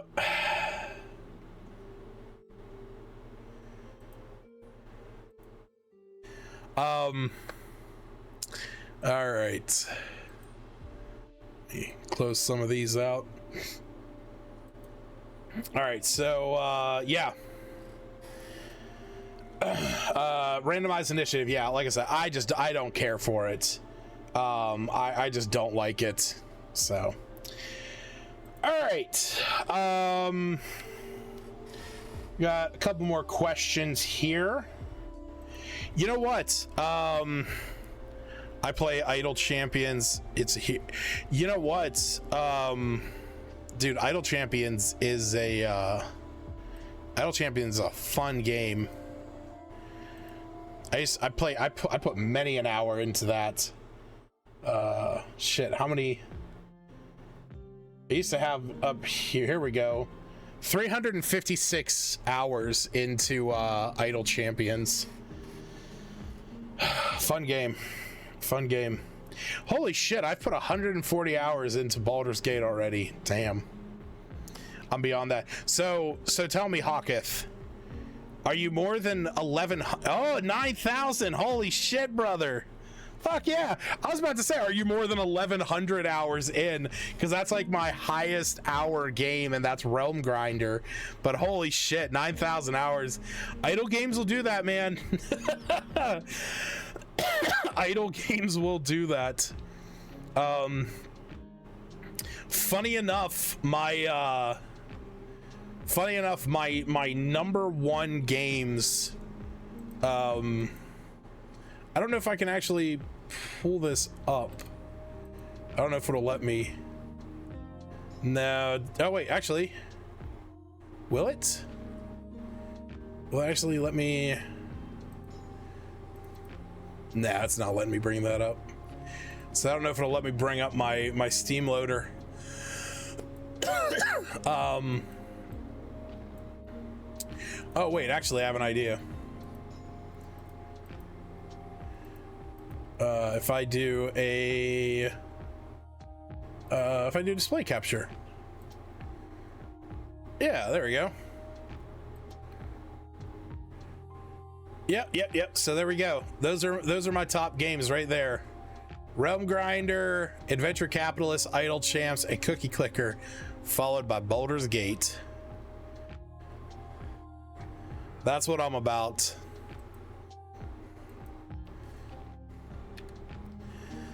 At the point where I'm just using potions on Briv so I can speed run harder, where I can skip. Yeah, it's been a long time since I played that. All right, so we got a couple more questions I want to get to.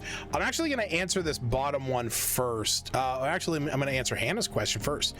Can you explain a little about the anti-life shell spell? So let's bring that up. I can't quite choose when to use it or how exactly it works. Is it just a barrier that moves with me? All right, so let's read it. 5th level abjuration spell, 1 action. It is a self range, 10-foot radius from yourself. You concentration for an hour. A shimmering barrier extends from you in a 10-foot radius and moves with you. Remaining centered on you and hedging out creatures other than undead and constructs, the barrier lasts for up to an hour. It prevents an affected creature from passing or reaching through. An affected creature can cast spells or makes attacks within ranged or reach weapons through the barrier.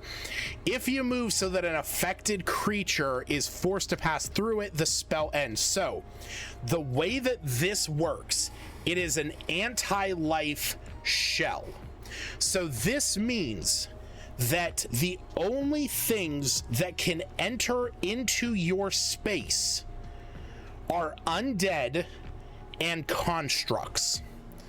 Okay? So if you are surrounded by, say, a group of barbarians and they are coming at you and they're surrounding you, you can move away from them, cast this spell, and it's a 10-foot radius. Okay, so that means that they cannot get within that 10-foot radius unless they are an undead or a construct.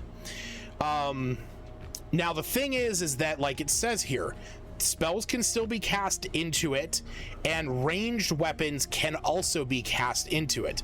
So this isn't like a like an immovable dome, or a like a force cage or something like that, or like a tiny hut.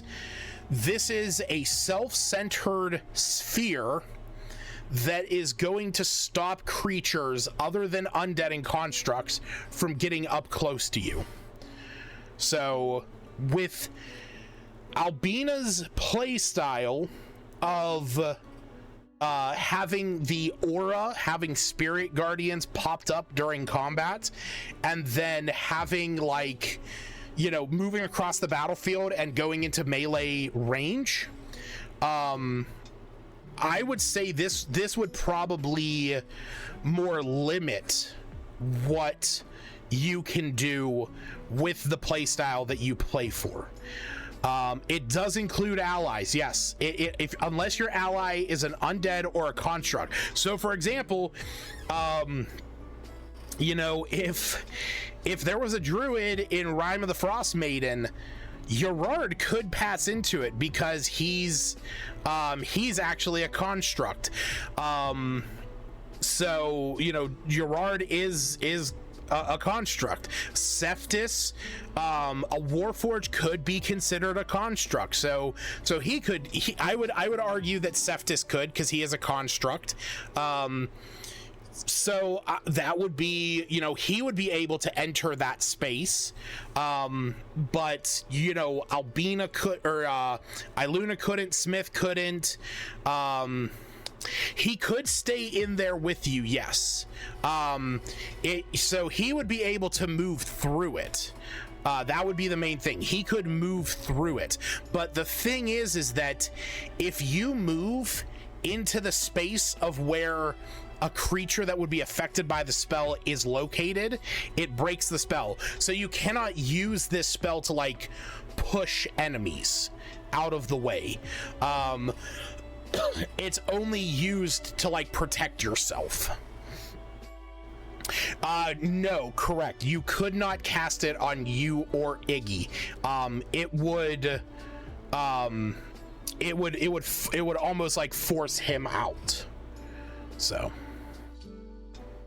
but also, again, it's not necessarily going to protect him.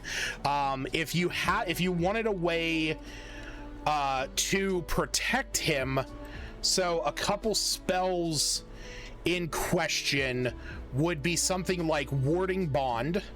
So you touch a willing creature, and as long as they're within 60 feet for the next hour, they get a +1 to their AC and saves, and resistance to all damage. And each time that they take damage, you take the same amount.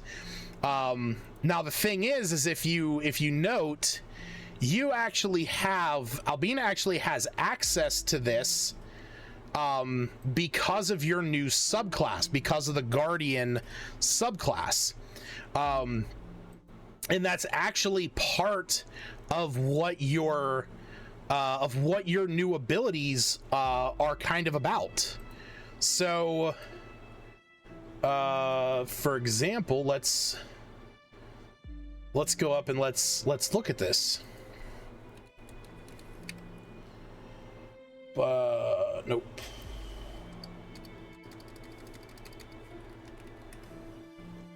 Guardian domain. Yeah, so, you know, at first level, when you cast a spell that restores hit points, the targeted so this is actually something you'll have to remember, because you have this, and I don't think we've been doing this. When you cast a spell that restores hit points, the targeted creature also gains half as many temporary hit points. I don't think we've handled that since you've gotten your subclass, so we'll have to remember that for next time. If a spell targets multiple creatures, you choose one. that gains half of the number of hit points that it had. This is part of you being a guardian, of you being a protector. You also have access to your guardian angel, so you can present your holy symbol, that gauntlet of Helm, and you can conjure a guardian angel that appears within 5 feet of you. It's an angelic entity that's friendly to you and your companions, which there is the guardian angel stat block, which, if I'm not mistaken, yep, is on your character sheet, ready when you are. And so the only action, so it shares your initiative count, and it takes its turn immediately after yours, and the only action it can take on its turn is the dodge action, unless you use your bonus action to command it to take another action, which it can take either the divine blade attack, where it has a range of 10 feet. It hits with your spell attack modifier, does 1d6 plus your proficiency bonus in damage. And then it also has the self-sacrifice as a reaction. When a creature attacks a target other than the angel within 30 feet of it, it can use its reaction to teleport to that space and take the damage instead. So this is a very thematic way of Albina kind of like sacrificing part of herself to protect her allies. It lasts for an hour or until it's reduced to 0 hit points. At 6th level, which you would have access to, you can summon your guardian angel, and it casts the spell Warding Bond on a friendly creature that it can see, including you, ignoring spell components. So basically, you can summon at this point your guardian angel, and when it pops up, it can cast Warding Bond on somebody. So if you want to protect Iggy, you can summon your guardian angel and have it appear within 5 feet of you, and then use its movement, which I think it has, it's 5 feet. It's fairly slow. But if you're right next to Iggy, you can summon that thing and have it cast Warding Bond on him, giving him resistance to all that damage, and allowing it to protect him. And then once on each of your turns, when you hit a creature with a weapon attack, you deal an extra 1d8 radiant damage, and your guardian angel also has that. So so that's the thing. Warding Bond is one of those, like, you know what though, here's the thing you got your new domain right as we went into a period where there was very little combat. And since you've had it, we've only had 1 major combat, 2 technically. So it's not the end of the world that, these were things that got kind of pushed to the side. But that's the thing. Stuff like this is, when you're looking at your character sheet, when you take that, say 15-20 minutes before the game starts, these are some of the things that that you should sit down and do. You should sit down and you should look at your spells and look at your features, and like, oh well, that's right, what's my channel divinity, what's guardian angel, oh okay, what's angelic protection. Those are the things that you should be looking at and kind of questioning to yourself. I mean, your use of divine intervention was fucking great when you saved Iggy. That was fucking awesome, and it's the kind of stuff that you want to look at. You want to go in and see those things that you have, access to. The other spell that I was going to say that you could, kind of keep in retainer, which you don't have this one, that's Sanctuary. So you choose a creature within 30 feet, and for 1 minute, any creature that tries to target that creature has to make a wisdom save, and if they fail, they have to choose another target or they lose the spell or attack. So like, if it's the only thing that, like, if Iggy's like by himself and they have, you had cast this on him and it's within that minute, it's you know, they have to make that wisdom save, otherwise they're going to have to choose somebody else. So Sanctuary is a good one. I mean, realistically, for Albina, one of the big things to look up is just going to be different abjuration spells. So if we look at cleric abjuration spells, you know, this right here, like this whole list is what you want to look at. Resistance is trash, so don't look at that one. But like protection from good and evil, sanctuary, shield of faith is, you know, that's a good one. That's a reaction. Or no, it's not a reaction. That one you do have to prep for. I was thinking of shield. Aid's gonna give somebody some temporary hit points. Lesser restoration, obviously, you know, fixing one of the conditions. Protection from poison, giving them advantage against being poisoned or being able to neutralize a poison. Warding bond, which we just talked about. Beacon of hope, being able to choose a number of creatures within 30 feet and giving them advantage on wisdom saves and death saves. You know, somebody's starting to go down, you can cast Beacon of Hope to like rise them up, and then when you heal them, they actually get maximum health from that. So if you're healing them for 2d8 plus 4, you know, they're just gonna pop up with 20 hit points, you know. Or you have this, because this says any healing, technically speaking, if you have Beacon of Hope popped, and you know, and Iluna uses her doctor ability or her healer ability to restore hit points, that's healing. Somebody drinks a healing potion, you know, oh, it's a bonus action, but I'm getting the full amount, you know, that's definitely an option. But yeah, abjuration magic, those are going to be, you know, the big things for Albina, I feel like, where her channel, her domain is really going to shine. You know, that's where you're going to be at. Forbiddance. What a fucking great spell. So expensive. All right, so hopefully that answers your question on anti-life shell, and also spread some light on your character.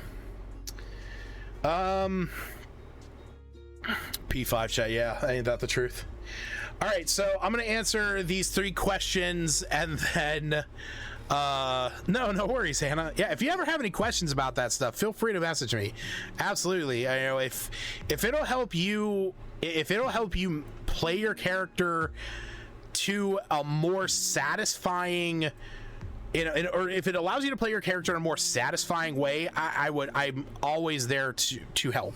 Okay, if it's questions about how an ability works or how a spell works, you know, always feel free to ask me that. You know, I might not answer for a couple days, but yeah, definitely shoot me the message. All right, so I'm going to answer these next 3 questions kind of out of order, and that's because I'm going to go in the order I think it's going to be easiest to answer. What would be the result of casting Shape Water on a water elemental? In part relevant to the P5 campaign, I also love elementals, so affecting them, damn it. So affecting them like this might seem fun. It makes me wonder about other spells that affect elementals, like Smith's P5 being able to sculpt Fireball with Elemental Adept. I actually don't know what you mean by that by that last part. About spells that affect elements, like Smith being able to sculpt Fireball. His ability to sculpt a Fireball actually pays no heed to him having Elemental Adept. As an evocation wizard, he has the ability of sculpt spells. So that comes from his subclass, being that he is a wizard that focuses on the manipulation of magic energy. He can sculpt a spell around creatures and create little safe havens within them. Elemental Adept, on the other hand, this feat allows you to ignore resistance to a spell damage type, and in addition, when you roll damage for a spell that uses that damage type, you treat any ones as twos. Okay, so for example, if you guys were fighting, say, a fire elemental Myrmidon, okay, one of my favorite enemies out there in all of D&D. I fucking love the Myrmidons.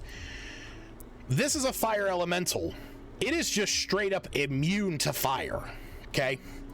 Just straight up immune to fire, no question. Now the thing is that Smith actually has the talent Fire Elemental Master, which is that his ones and twos are treated as threes. So that's another level that you can go up. But there's really nothing that allows you to ignore immunities. Fucking Myrmidons are so cool, aren't they, man? Hold on, yeah, I love the new art from them, but I also love the old art. So yeah, Air Myrmidon, and then I think the old ones had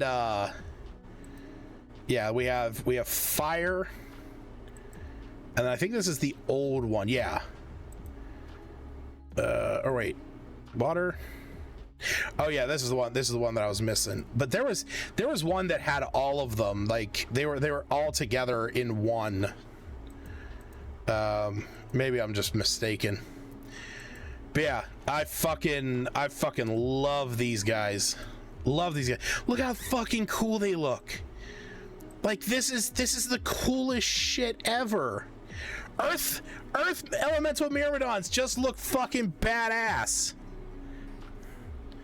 God damn it, they're so fucking cool. I love them.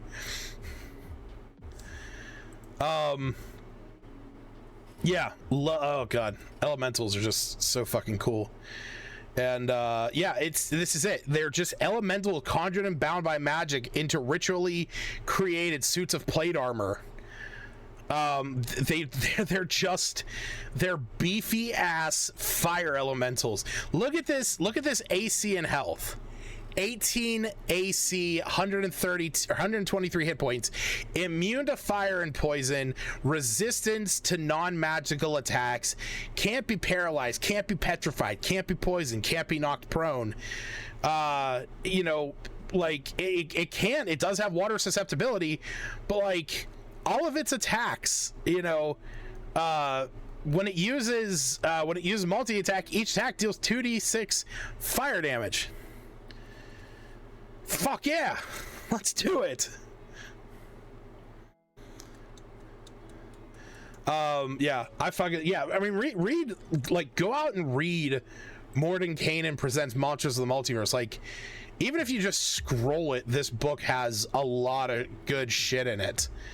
Like, I mean, all these fucking monsters. Nightwalkers, another super cool monster that's very thematic to one of the campaigns I'm running. Like, look at this thing. Look at this thing. Why is that list on there? I gotta clear that list. Like, look at this. Look at this big ass motherfucker. Look how fucking tall he is. And he's gonna fuck that guy's day up. He's gonna make that guy's day the worst. All right, enervating focus, melee attack plus 12 to hit, 5d8 plus 6 necrotic damage. They make a DC 21 con save. A DC 21 con save. Like, Look at Smith's character over here. He's got a +2 to his con saves. He's got to roll a fucking 19 to save against this thing, or his hit point maximum's reduced by the amount of damage. Look at this. I just rolled it 34 hit points. His maximum hit point is halved. And this lasts until he finishes a long rest and he dies if it reaches. He can make 2 attacks. Okay? Look at that. 2 attacks right there. I just hit Smith twice. Okay? Let's roll the damage. 32 and 27. Boy, I just took 59 hit points away from you. Smith needs to make 2 DC 21 con saves. Boy, your hit points are gone. Granted, this thing's a CR20. This is why it's so fucking strong. But like, this is the kind of thing that, you know, I fucking love in D&D, is monsters that are just, you fucking have to walk away. 9 HP in a dream. I got 9 HP in a dream, baby. Living spells. I've heard of those.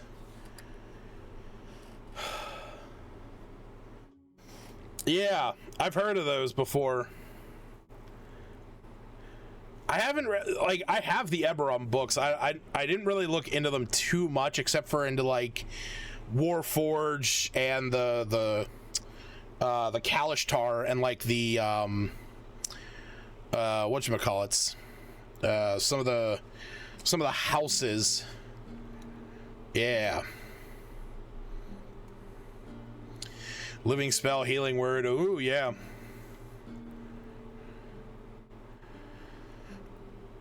Oh, my back. To make a living spell from a different spell. Oh. Most often manifest evocation, conjuration. Consult the living table to see.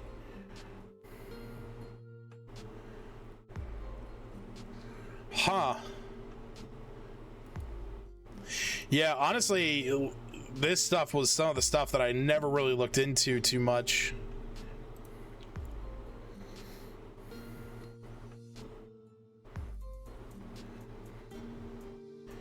Oh, there we go.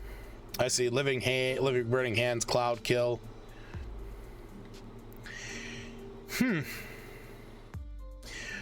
That'd be interesting to look at. Place the spells with the damage type. Makes sense. Replace magical stripe with one of the damage types dealt. Yep. Spell mimicry. Okay. Turn a fireball into a living spell. Customize lightning bolt. Has fire immunity instead of lightning. Deals fire damage. Yeah. Totally makes sense. Oh my god, yeah. Living spell magic missile. Shield doesn't work since it's an... Oh.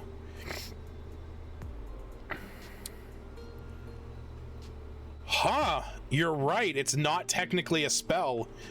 The living spell unleashes bolts of arcane energy. Wow. Okay. Yeah. No, that's it. Holy shit. That would be sick.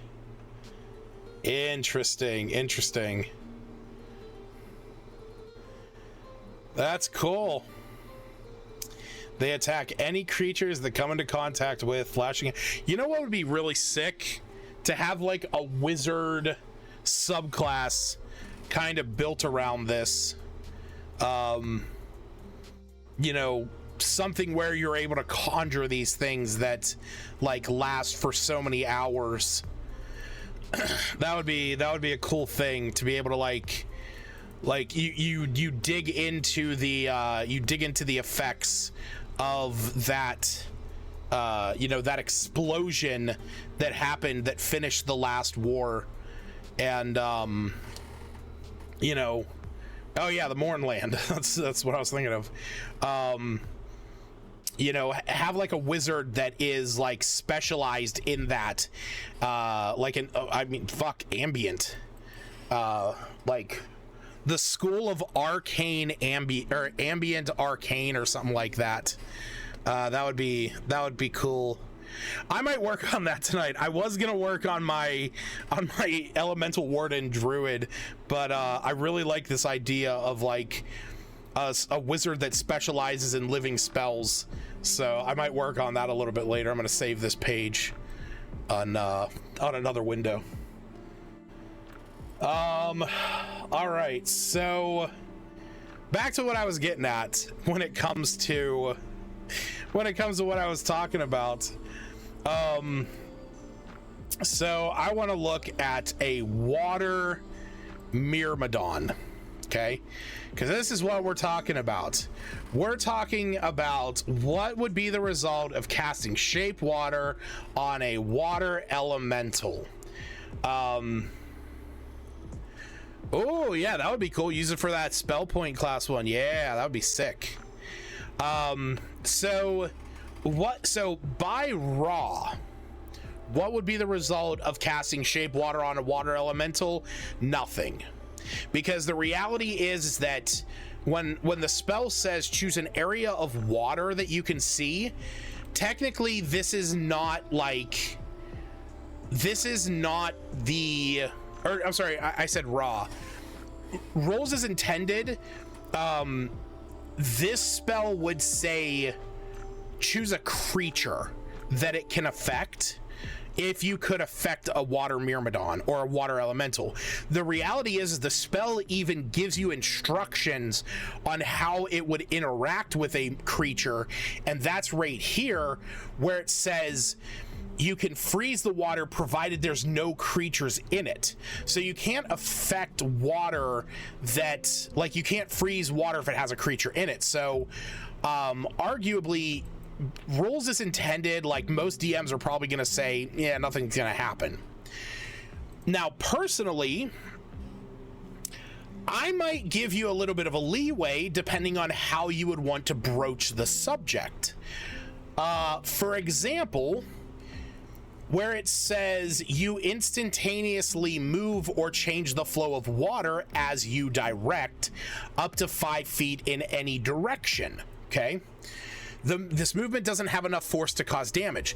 Now, you could argue, hey, this water elemental is moving towards us. Can I cast shape water to make its water flow the other way and have it like move backwards, move away from us? Because that would be kind of a cool thing. Okay, now I might make that player roll a spell modifier check, you know, so if it's a druid they would have to make like a wisdom check, or if it's a sorcerer it'd be a charisma, or a wizard would be intelligence, against the myrmidon's or the water elemental's strength. You know, they're gonna be pushing against this. So, but you could cast this spell, and if you succeed, as they go to move 5 feet, you know, every 5 feet forward, they move backwards, you know, and it's because you're focusing on this. But I would then change it to concentration. It wouldn't be instantaneous or 1 hour. It would be concentration, and I would probably put it up to exactly an arcana check. You know, I would probably make it so where it would be like their strength versus your arcana with your spellcasting modifier, and then I would change it to being a concentration check or a concentration save at that point, where you can keep it doing this, but you have to concentrate on it. But so long as you are concentrating, every round it's going to try and make that break, but as long as you hold on it, it's moving backwards, or you can choose the direction it moves. You cause the water to form into simple shapes and animate at your direction. This lasts for an hour. So something like that would be a little bit less clear about like what you might be doing with that. To say that it animates you might be able to make like certain shapes within it. For example, maybe you have, maybe you want to make an Arcana check to try and force its shape into a certain spot that's easier to hit. Okay, but again, that would probably come down to a check. Changing its color and opacity, again, not really much that could really be done with that mechanically, or what you might be able to do with that, but again, that's up to the creativity of the player. And then finally, being able to freeze it. This is probably the one where it would be, okay, you can attempt to freeze the water where it's moving, like where it connects to the ground, and that would again be like their strength check versus your Arcana check, and maybe if you do that, it's immobilized. Okay, it's frozen there, and it's, you know, that might be a thing that you could do, but again, that would become a, like, okay, it's like that for a round, or you have to maintain concentration. So I'm going to put down here, you know, rules as intended, nothing would really happen. Yeah. Rule of cool. Welcome back, PCM. Based on the creativity, creativity of the player, a myriad of effects could occur based on some rules presented. Sick. Only way I could say its color is if it was muddy water in a bog. Yeah, something like that. Like if you know there's like a water weird, for example, and it was hidden, because that was like that is something you could definitely do. Like you could do a spelled weird wrong. You could have a water weird, and water weird has the ability of it's invisible when fully submersed. So if you go up to some water and you cast shape water to change the color, you know, maybe that puts you make a check against this thing's stealth. Okay, maybe it gets to make a stealth check against your Arcana check, and if it fails, it's trying to, like, you know, it's trying to change color with the change that you're doing, so it becomes visible, and it's no longer invisible while it's in that water. I think that could be workable into there. So yeah, Rye, nothing would really happen, but roll of cool, based on the creativity of the player, a myriad of effects could occur based on some rules presented. Okay. Someone shared their idea of making a roguelike style campaign.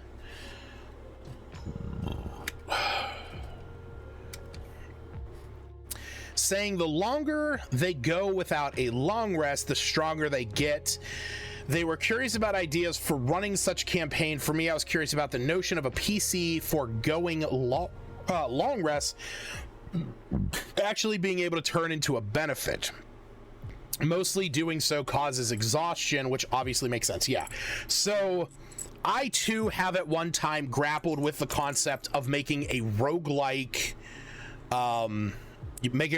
mechanic to D&D, where it would be something along the lines of,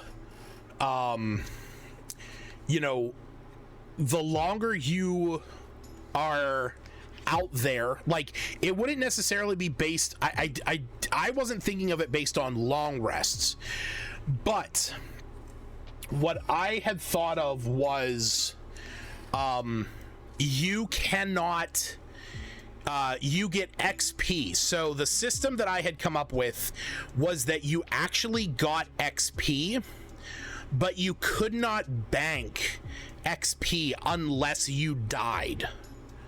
So you had to die in order to bank your XP. Because the way that a lot of roguelikes work is you go and you go and you go and you go, and then you eventually get to monsters and challenges that are too strong, and then you die, and then you can kind of level up and upgrade your stuff based on the stuff that you had, but you lose everything else. Okay, you lose all the you lose the majority of the money you got, or you lose it all, or you have something that carries over but not everything, like you lose your loot and everything like that. So the idea that I had was an adventure style where you could not level up, or you could honestly even go maybe with this, like you can't get the benefits of a long rest until you died.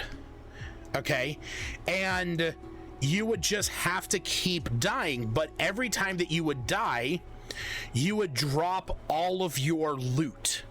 And maybe there was like something that you could carry on with you. Maybe it was like some kind of crystals found inside all monsters, that would carry on from life to life. Maybe within this world, when you die, you don't just die outright. You come back a little bit stronger than the last time. You'd kind of have to be real touchy on it, because like what would like you'd have to go out, you'd have to get stronger, and there would have to be challenges, but like what would stop somebody from like going up, killing a boar, letting the boar kill him, coming back, killing, like kind of just going back and forth in that circle?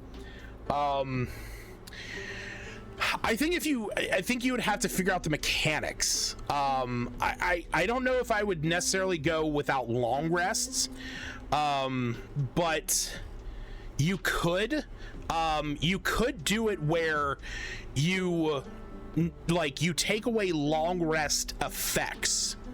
Okay, so for example, you could edit how short rests work, where your short rests recover like a certain amount of things, but you can only do so many of them, and in order to get the effects of a long rest, you have to die. And it's only when you die and you spend like a day in some civilization or some civilized location, that's when you can level up and you can like maybe swap spells and stuff like that.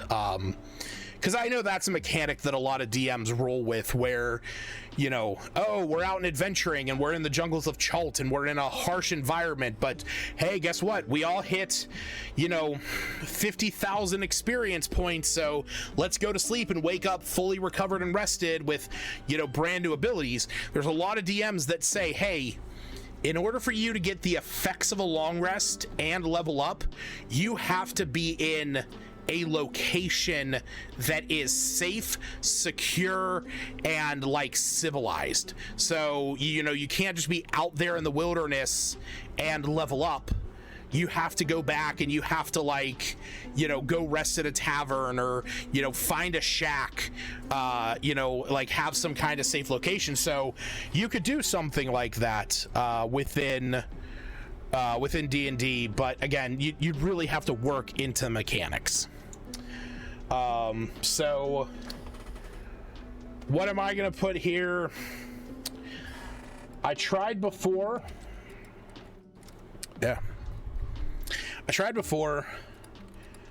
but didn't give it enough time or thought. Oh no, that's wrong. To make it mean something, it would need revamped mechanics for long and short rests. Players would need to die in order to level up or progress with their abilities. There we go.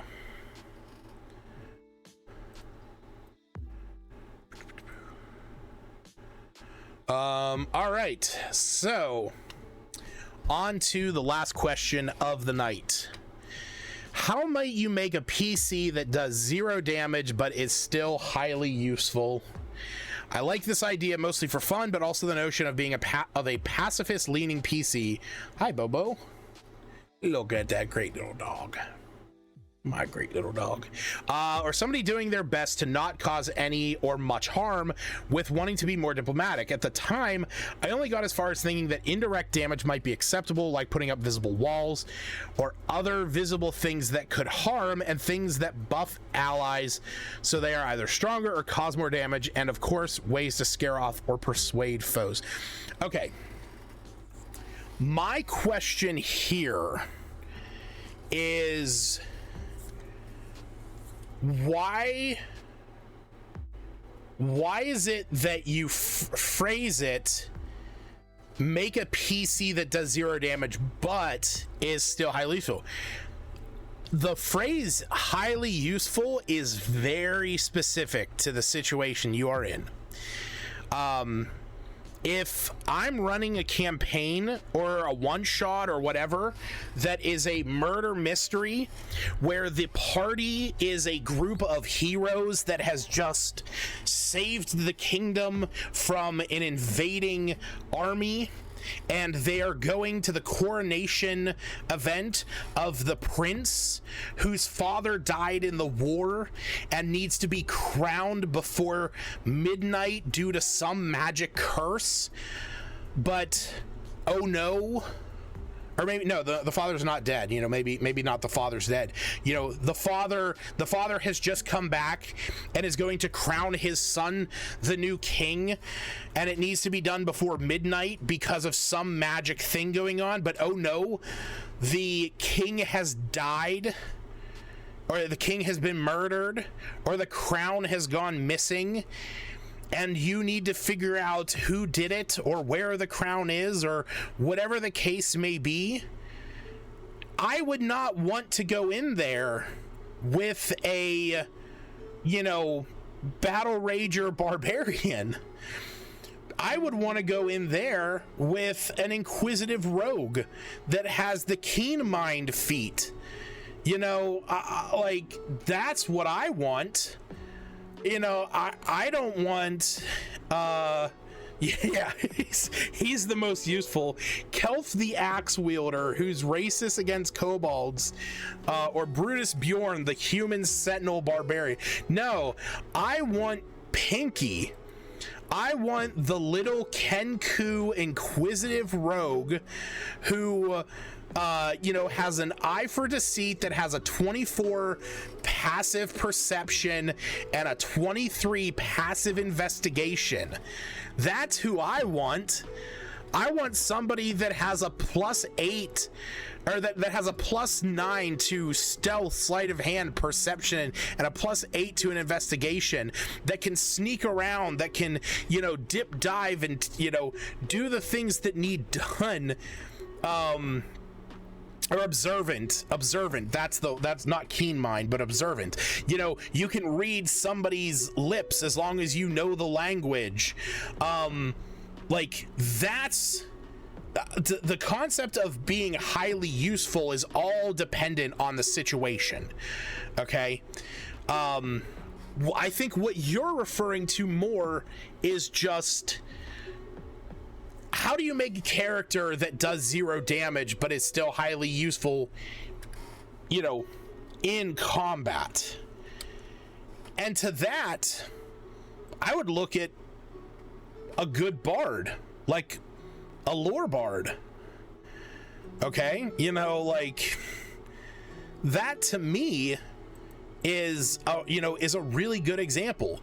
A lot of, you know, you can have any one class has the ability to damage somebody, okay?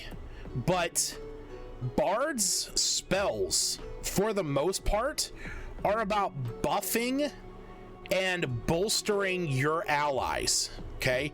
That's what you want to be, okay? You want to be somebody that's out there buffing and bolstering your allies, okay? We'll pull up Who needs stealth when you can intimidate your way? And I'm definitely not saying that like you couldn't do that. But like if we're looking at a bard, if you wanted to play a bard that was, or if you wanted to play a character, okay, let me just say this. If you wanted to play a character that was a pacifist, okay, there's a number of ways that you can do this. Okay, let's turn those on. Cool. Race doesn't matter, so we're just gonna pick fuck it, we're gonna pick Azamar. Okay, so cool. All right, class, we're gonna go life cleric.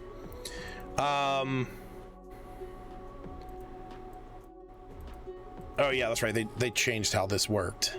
That's right. Okay, so we're gonna go level 3 life cleric, and we're gonna go history, we're gonna go medicine, or no, we're not going history, we're going religion. Okay, we're going religion.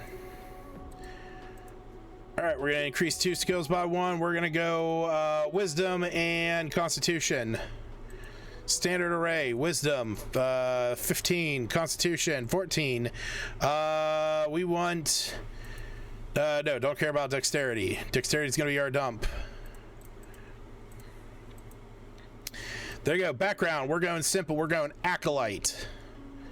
Awesome, this, we're going insight. No, let's do, I don't know, persuasion. Perfect. Languages, we'll do halfling and dwarvish. And then for equipment, we're a pacifist, so we're not going to be carrying equipment. We're going chainmail. We're going to go a quarterstaff. We're going to have a stick. We're going to have a priest pack, and we're going to have a holy symbol, and that's going to be on our staff. We're going to have 2 of them, in fact. And we're gonna have a prayer book. Awesome. Perfect. There's our character. Now let's make some spell choices. Okay, we're gonna know 3 cantrips. What are our cantrips gonna be? We're gonna know guidance. Guidance is a great spell if you're just looking to buff your allies and help them. We are going to take mending and light. Okay, arguably you could also take spare the dying. That's probably a better option, but hey, it's, you know, whatever. Oh, that's right, we're already getting light, so perfect on that. So there we go. We have no damaging spells so far. Spiritual weapon is automatically going to show up, but that is not us. Okay, now for our spells, we're going to take Bless Bane. We have 6 that we know, so we're going to take 4 first level spells. Take Healing Words. We already have Cure Wounds. We also want Sanctuary and Shield of Faith. So that's going to be where we're at. We're going to have the ability to protect our allies. We're going to be able to heal them, shield them, and we're going to be able to buff them, or we're going to be able to bless them or bane the enemies. Now, the other option you could take would be, instead of taking Sanctuary, take Command. You're not hurting somebody, you're telling them to drop or flee or grovel or run or something like that, but you're not actively going to attack them. Now, for your second level spells, you're still going to have Lesser Restoration, you're going to have Spiritual Weapon. Again, we're just not going to use it. We're going to take Prayer of Healing, and we're gonna take Hold Person. Okay, right there, as quickly as I could, I have now made a character who is going to be out there healing the team, healing his allies, holding people so that his allies can do what they need, commanding people. Okay, this is what is called a controller. Okay, this is a character style known as a controller, And that's the whole idea behind this character, is they are out there to control the battlefield. Okay, now I'm going to take this character and we are going to then keep everything we have, and we'll jump over to, say, a bard. Okay, we're gonna keep that they're an Aasimar. Okay, we're gonna go to level 3. We're gonna choose some instruments. We'll choose a flute, we'll choose a viol, and we'll choose a lyre. Okay, skills, again, we want medicine, we want we're already getting religion, so let's take arcana, and let's take performance. Great. School of bardic school. So this one, yes, we're going to go College of Spirits. Okay, this is going to be able to allow us to restore extra hit points by using our spiritual focus. Okay, this is also going to be able to get us to call upon the spirits to help us tend to creatures. Obviously, Tale of the Beloved Friends is probably going to be one of the ones that we're going to take the most, but there's also stuff in here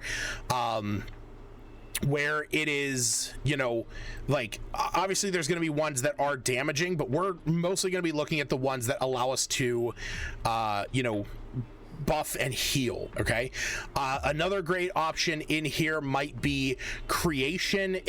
Valor would also be another one where you're out there cheering on your allies. Swords is where you're actually becoming a fighter, so valor would be one, especially if you're in a group of fighters. It would be a great option, but valor would be the one where you're like cheering on your friends. So you know what, we can go with that, or in my opinion, we can go glamour. We can go one of my favorite ones, which is what I used, where you can do these enthralling performances to beguile your ally or your enemies, to be able to confuse them, but also to be able to bolster your allies. So you can do that. You can also do College of Eloquence in order to you know, unsettle your enemies, making them doubt themselves. So you know what? I'm going to say let's go glamour. All right, so we're going to play an Aasimar glamour bard. Okay, we're just going to swap some of these around. We're going to swap out wisdom and charisma real quick. We're going to swap out strength for dexterity. Bada bing, bada boom. Let's also bump this over to there. Oh, that's fine, Hannah, you're good. The background for this, we're gonna go and jump over to entertainer. We had Aasimar, so we're gonna take Celestial.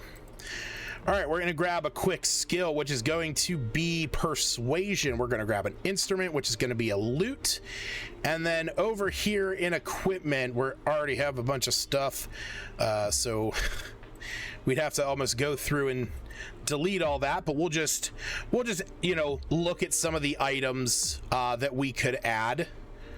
Starting equipment, so we wouldn't take any of those weapons, but we would take an entertainer's pack, and we would maybe take, say, a lyre, and then maybe a viol, okay, and a love letter. Cool, awesome. Now, moving on to the spells for this character. Again, we have light to start with. We only have 2 cantrips now, so we're gonna have to be a little bit more specific, but I would say minor illusion and probably minor illusion and probably mage hand. Okay, because mage hand, you can hold objects, you can move things, and you can kind of distract people with that. And same with minor illusion, you're going to be able to you know, really kind of focus on your distraction and keeping your enemies you know, out of the line of sight of enemies. You can also take friends, but I personally don't like friends, because when the spell ends after a minute, they become hostile towards you, and I don't really care for that, so I'm just gonna kind of hold off on that. But we got some spells. Again, we're going 4 first level spells. So real quick, we're going to grab Healing Word and Cure Wounds. Again, we want those healing abilities. On top of that, we have my own spell, Rescue. Again, getting your friends out of danger and keeping them up. And then we're going to take the cheapest of cheap spells, Silvery Barbs. That one that so many DMs hate because you're not dealing damage, but you are distracting your allies. You're distracting your enemies and you're buffing your allies. It is the best one that you can use for this case. Second level spells, we're going to get 2 of these, and I would argue Enhance Ability is going to be one of the main ones that we need, because this is going to allow you to give somebody temporary hit points, double their carrying capacity on strength, allow them to ignore some falling damage, or give them advantage on mental checks, and you can upcast it to target more than one creature. So this is going to be an awesome ability. Up next, I would probably say Hold Person. Okay, Hold Person is a great spell because it paralyzes a creature. To remember, Paralyze, this is the one where any attack that hits the creature is a crit as long as they're within 5 feet. So if this bard casts Hold Person on them and they are frozen there, the fighter can go up and their attacks are now crits. Or the rogue can go up and get Sneak Attack because now they're going to be doing all that extra damage. Okay, there are plenty of ways to play a character that does 0 damage but is highly useful in combat. Okay, Blinded actually doesn't. Blinded gives them advantage, but if you can paralyze somebody, that does attacks do have advantage, and they're crits if they're within 5 feet. So figure out ways to paralyze people. But right there, okay, after they're paralyzed, that's right, there you go. But that is 2 very simple ways to make characters. Oh shit, I didn't mean to close that out. That is 2 simple ways to make characters that are not damaging characters, okay, that are still useful in combat. Now obviously somebody like Pinky here, he's not built for combat, okay. He's built for stealth, he's built for subterfuge, he's built for investigation and perception and for exploration, okay. But in combat he is still gonna have to pull his weight. But if you're playing somebody with, you know, stuff like Enhance Ability or Hold Person, things that are excuse me, things that are enchantment spells, okay, this is the main thing. So in the school of enchantment is the school that beguiles and, you know, like really plays with the mind. This is where you're gonna find spells like you know, Bless and Bane, Command, Silvery Barbs, Tasha's Hideous Laughter. These are all spells that you can take that are not going to deal damage but are going to change the course of the battlefield.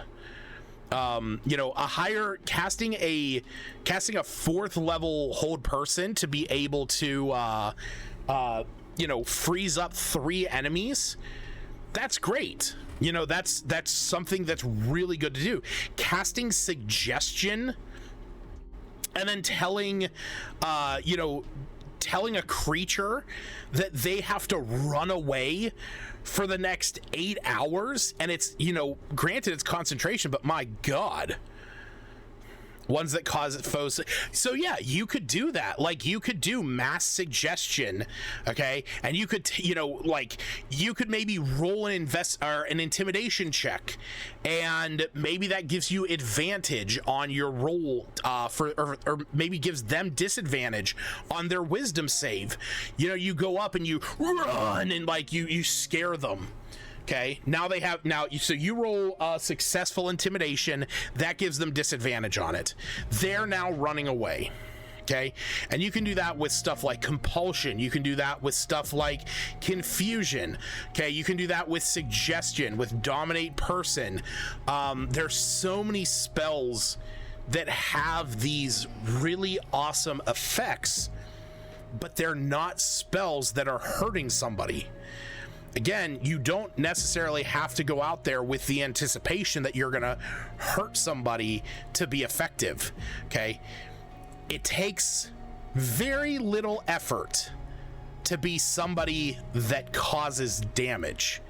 It takes a lot more effort to be somebody that fixes things, to be somebody, you know, that creates those moments of, I'm not gonna hurt you, I'm just gonna help them hurt you. Cooper, I feel, is a great example of that. Okay, when I used to play Cooper, very little did I actually do a lot of damage. A lot of the stuff that I did with Cooper was his healing stuff. Now obviously you can see right here his Cooper spell list has his fair share of damaging spells. You know, Blast of Pain. Oh my god, that's an old one. But like, you know, Life Siphon, Divine Favor, Dissonant Whispers, where we at? Mind Thrust. That's an oldie but a goodie. You know, Thunder Wave. But, you know, a lot of the stuff that he did, though, was his, you know, Healing Word, Cure Wounds, Motivational Speech, Mass Cure Wounds, Aura of Life, Aura of Purity, Enhance Ability, Hero's Feast. You know, these were more the spells that he did because I knew I could rely on my allies to be the ones to fight. You know, he was a glamour bard. I had the ability to, like, you know, grant them more hit points to make them better at what they did. I can cast command on people and, you know, stop them from attacking. You know, I can attract their attention and keep them distracted so my allies had advantage on attacks against them. This is what he was designed to do. This is what made him so great. And yeah, I took Eldritch Blast. That was like the one damaging spell that I did because, you know, I was a Sorlock. Well, I wasn't a Sorlock, but, you know, I had the Warlock stuff too. Ugh, I kind of want to look into this, make a character now. I have a little bit of a different goal. But yeah. So I'm going to put on here, though, highly useful is subjective to the campaign or adventure. Useful in combat is totally doable while focusing on enchantment magic and healing magics. I'm gonna put healing / buffing magic. Okay, and then i.e. battlefield controllers. So there you go. There you go. Being a pacifist, totally doable. 100%. And the thing is like, you can really play it up. That's a character choice you can really play up in game, where you're going up to fight some enemies and you're focusing on keeping your allies up and not dealing any damage. I mean, hell, you could do that with a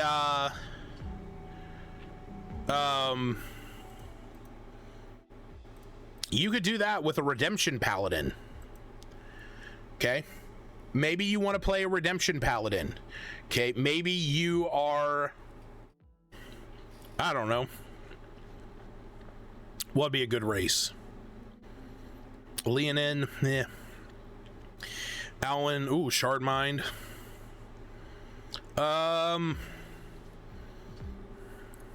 You know what? I kind of like the idea of a werebear one. That'd be funny. You know what? I'm gonna say let's go Mark of the Shadow Elf. Okay. Or you know what? No. Let me look at humans real quick. Passage is the one that moves more, right? Yeah, Passage is all about movement. Yeah, you know what? No. We're going Elf, and we're gonna go Drow. Yeah, we're gonna go Drow. And then let's make sure that we swap that so that we're gonna get a +2 in charisma.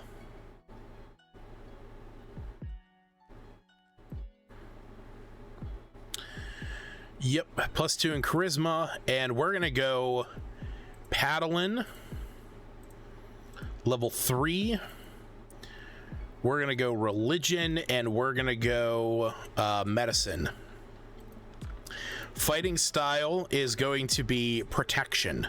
Okay, this is gonna let us have a shield and impose disadvantage on some attacks. That's going, I would say that, or interception might be a good option, where you can impose yourself and take the damage, or reduce some of the damage, but protection is sometimes the better one.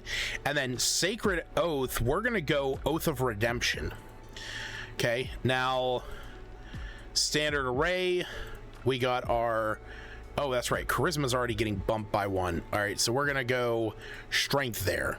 So charisma is gonna go up to a 15, strength there. We're gonna go con next.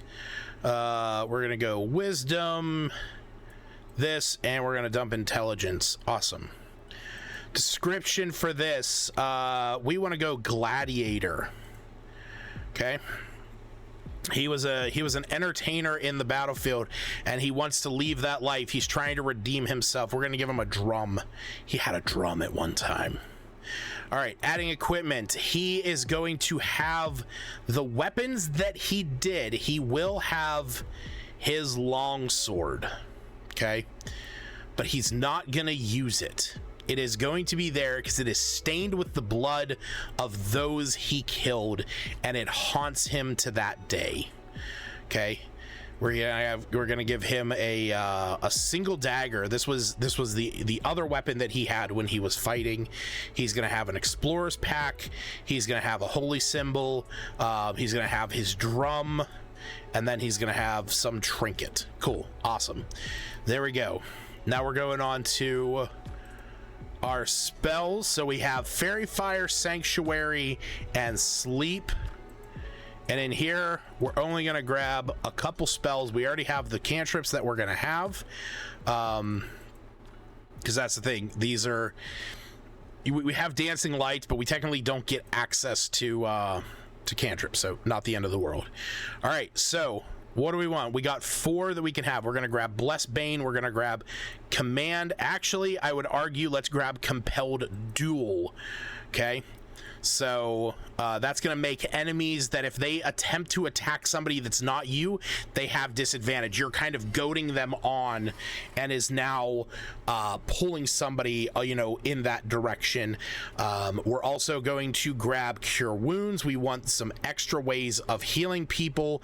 And then we are going to grab Heroism. Okay, and arguably we could probably dump Cure Wounds for something like Rescue or Shield of Faith. Rescue is always a good one. So right there, we just made a really cool character. I like Redemption Paladins. Redemption Paladins are really sick. Where, like it says here, immediately after an attacker within 30 feet deals damage to an enemy, you can use a reaction to make the attacker make a wisdom save, and they take radiant damage. Okay. that's one of those things where it's like, hey, stop the violence. We don't need this. Like it says here, as a bonus action, you grant yourself +5 to persuasion checks for the next 10 minutes. You can really buff that stuff. Why does he have because of his drow. Okay, I was like, why the fuck is that? Fucking sunlight sensitivity. So this is one of those things, like, this is somebody who's going to be out there trying to stop people from fighting one another. So again, right there's 3 great options: paladin, cleric, bard. Anyone can be really made into a pacifist character that is support. Okay, and even if you want to play somebody who's a martial character, who's out there supporting, grab a shield, use the help action. Okay, you can do stuff like that. Okay, you might not be the one dealing the damage, but you can help your allies deal that damage. But good watermelon. What? Oh, but I think that's gonna be it for me tonight. Yeah, I would say with something like a fighter or a barbarian, you're going to be a lot harder pressed to play a pacifist character. But if you really dig into like the style you play as, it's not impossible, but it's going to be more of a challenge. But hey, maybe maybe you're up for that kind of challenge. Maybe you want that kind of challenge. It's something you have to consider. But I think that's going to be it for me tonight. We're going on 3 hours now. We had some good questions here. I think we had some good dialogue. And I am getting pretty exhausted. I got to be up early tomorrow to go do some running. And I'm going to eat some watermelon and watch some YouTube with my dog. So, yeah, so thanks for joining me, everybody. It was fun talking. Hannah and Stacy, thank you so much. Hawketh, PCM, it's good to see you guys. I know Jared was here earlier, and so was what was that? Vihafterminen. Can never figure out how to pronounce his name. But yeah, I appreciate you guys coming around and hanging out, having some fun, talking some D&D and chilling out. So it's always fun.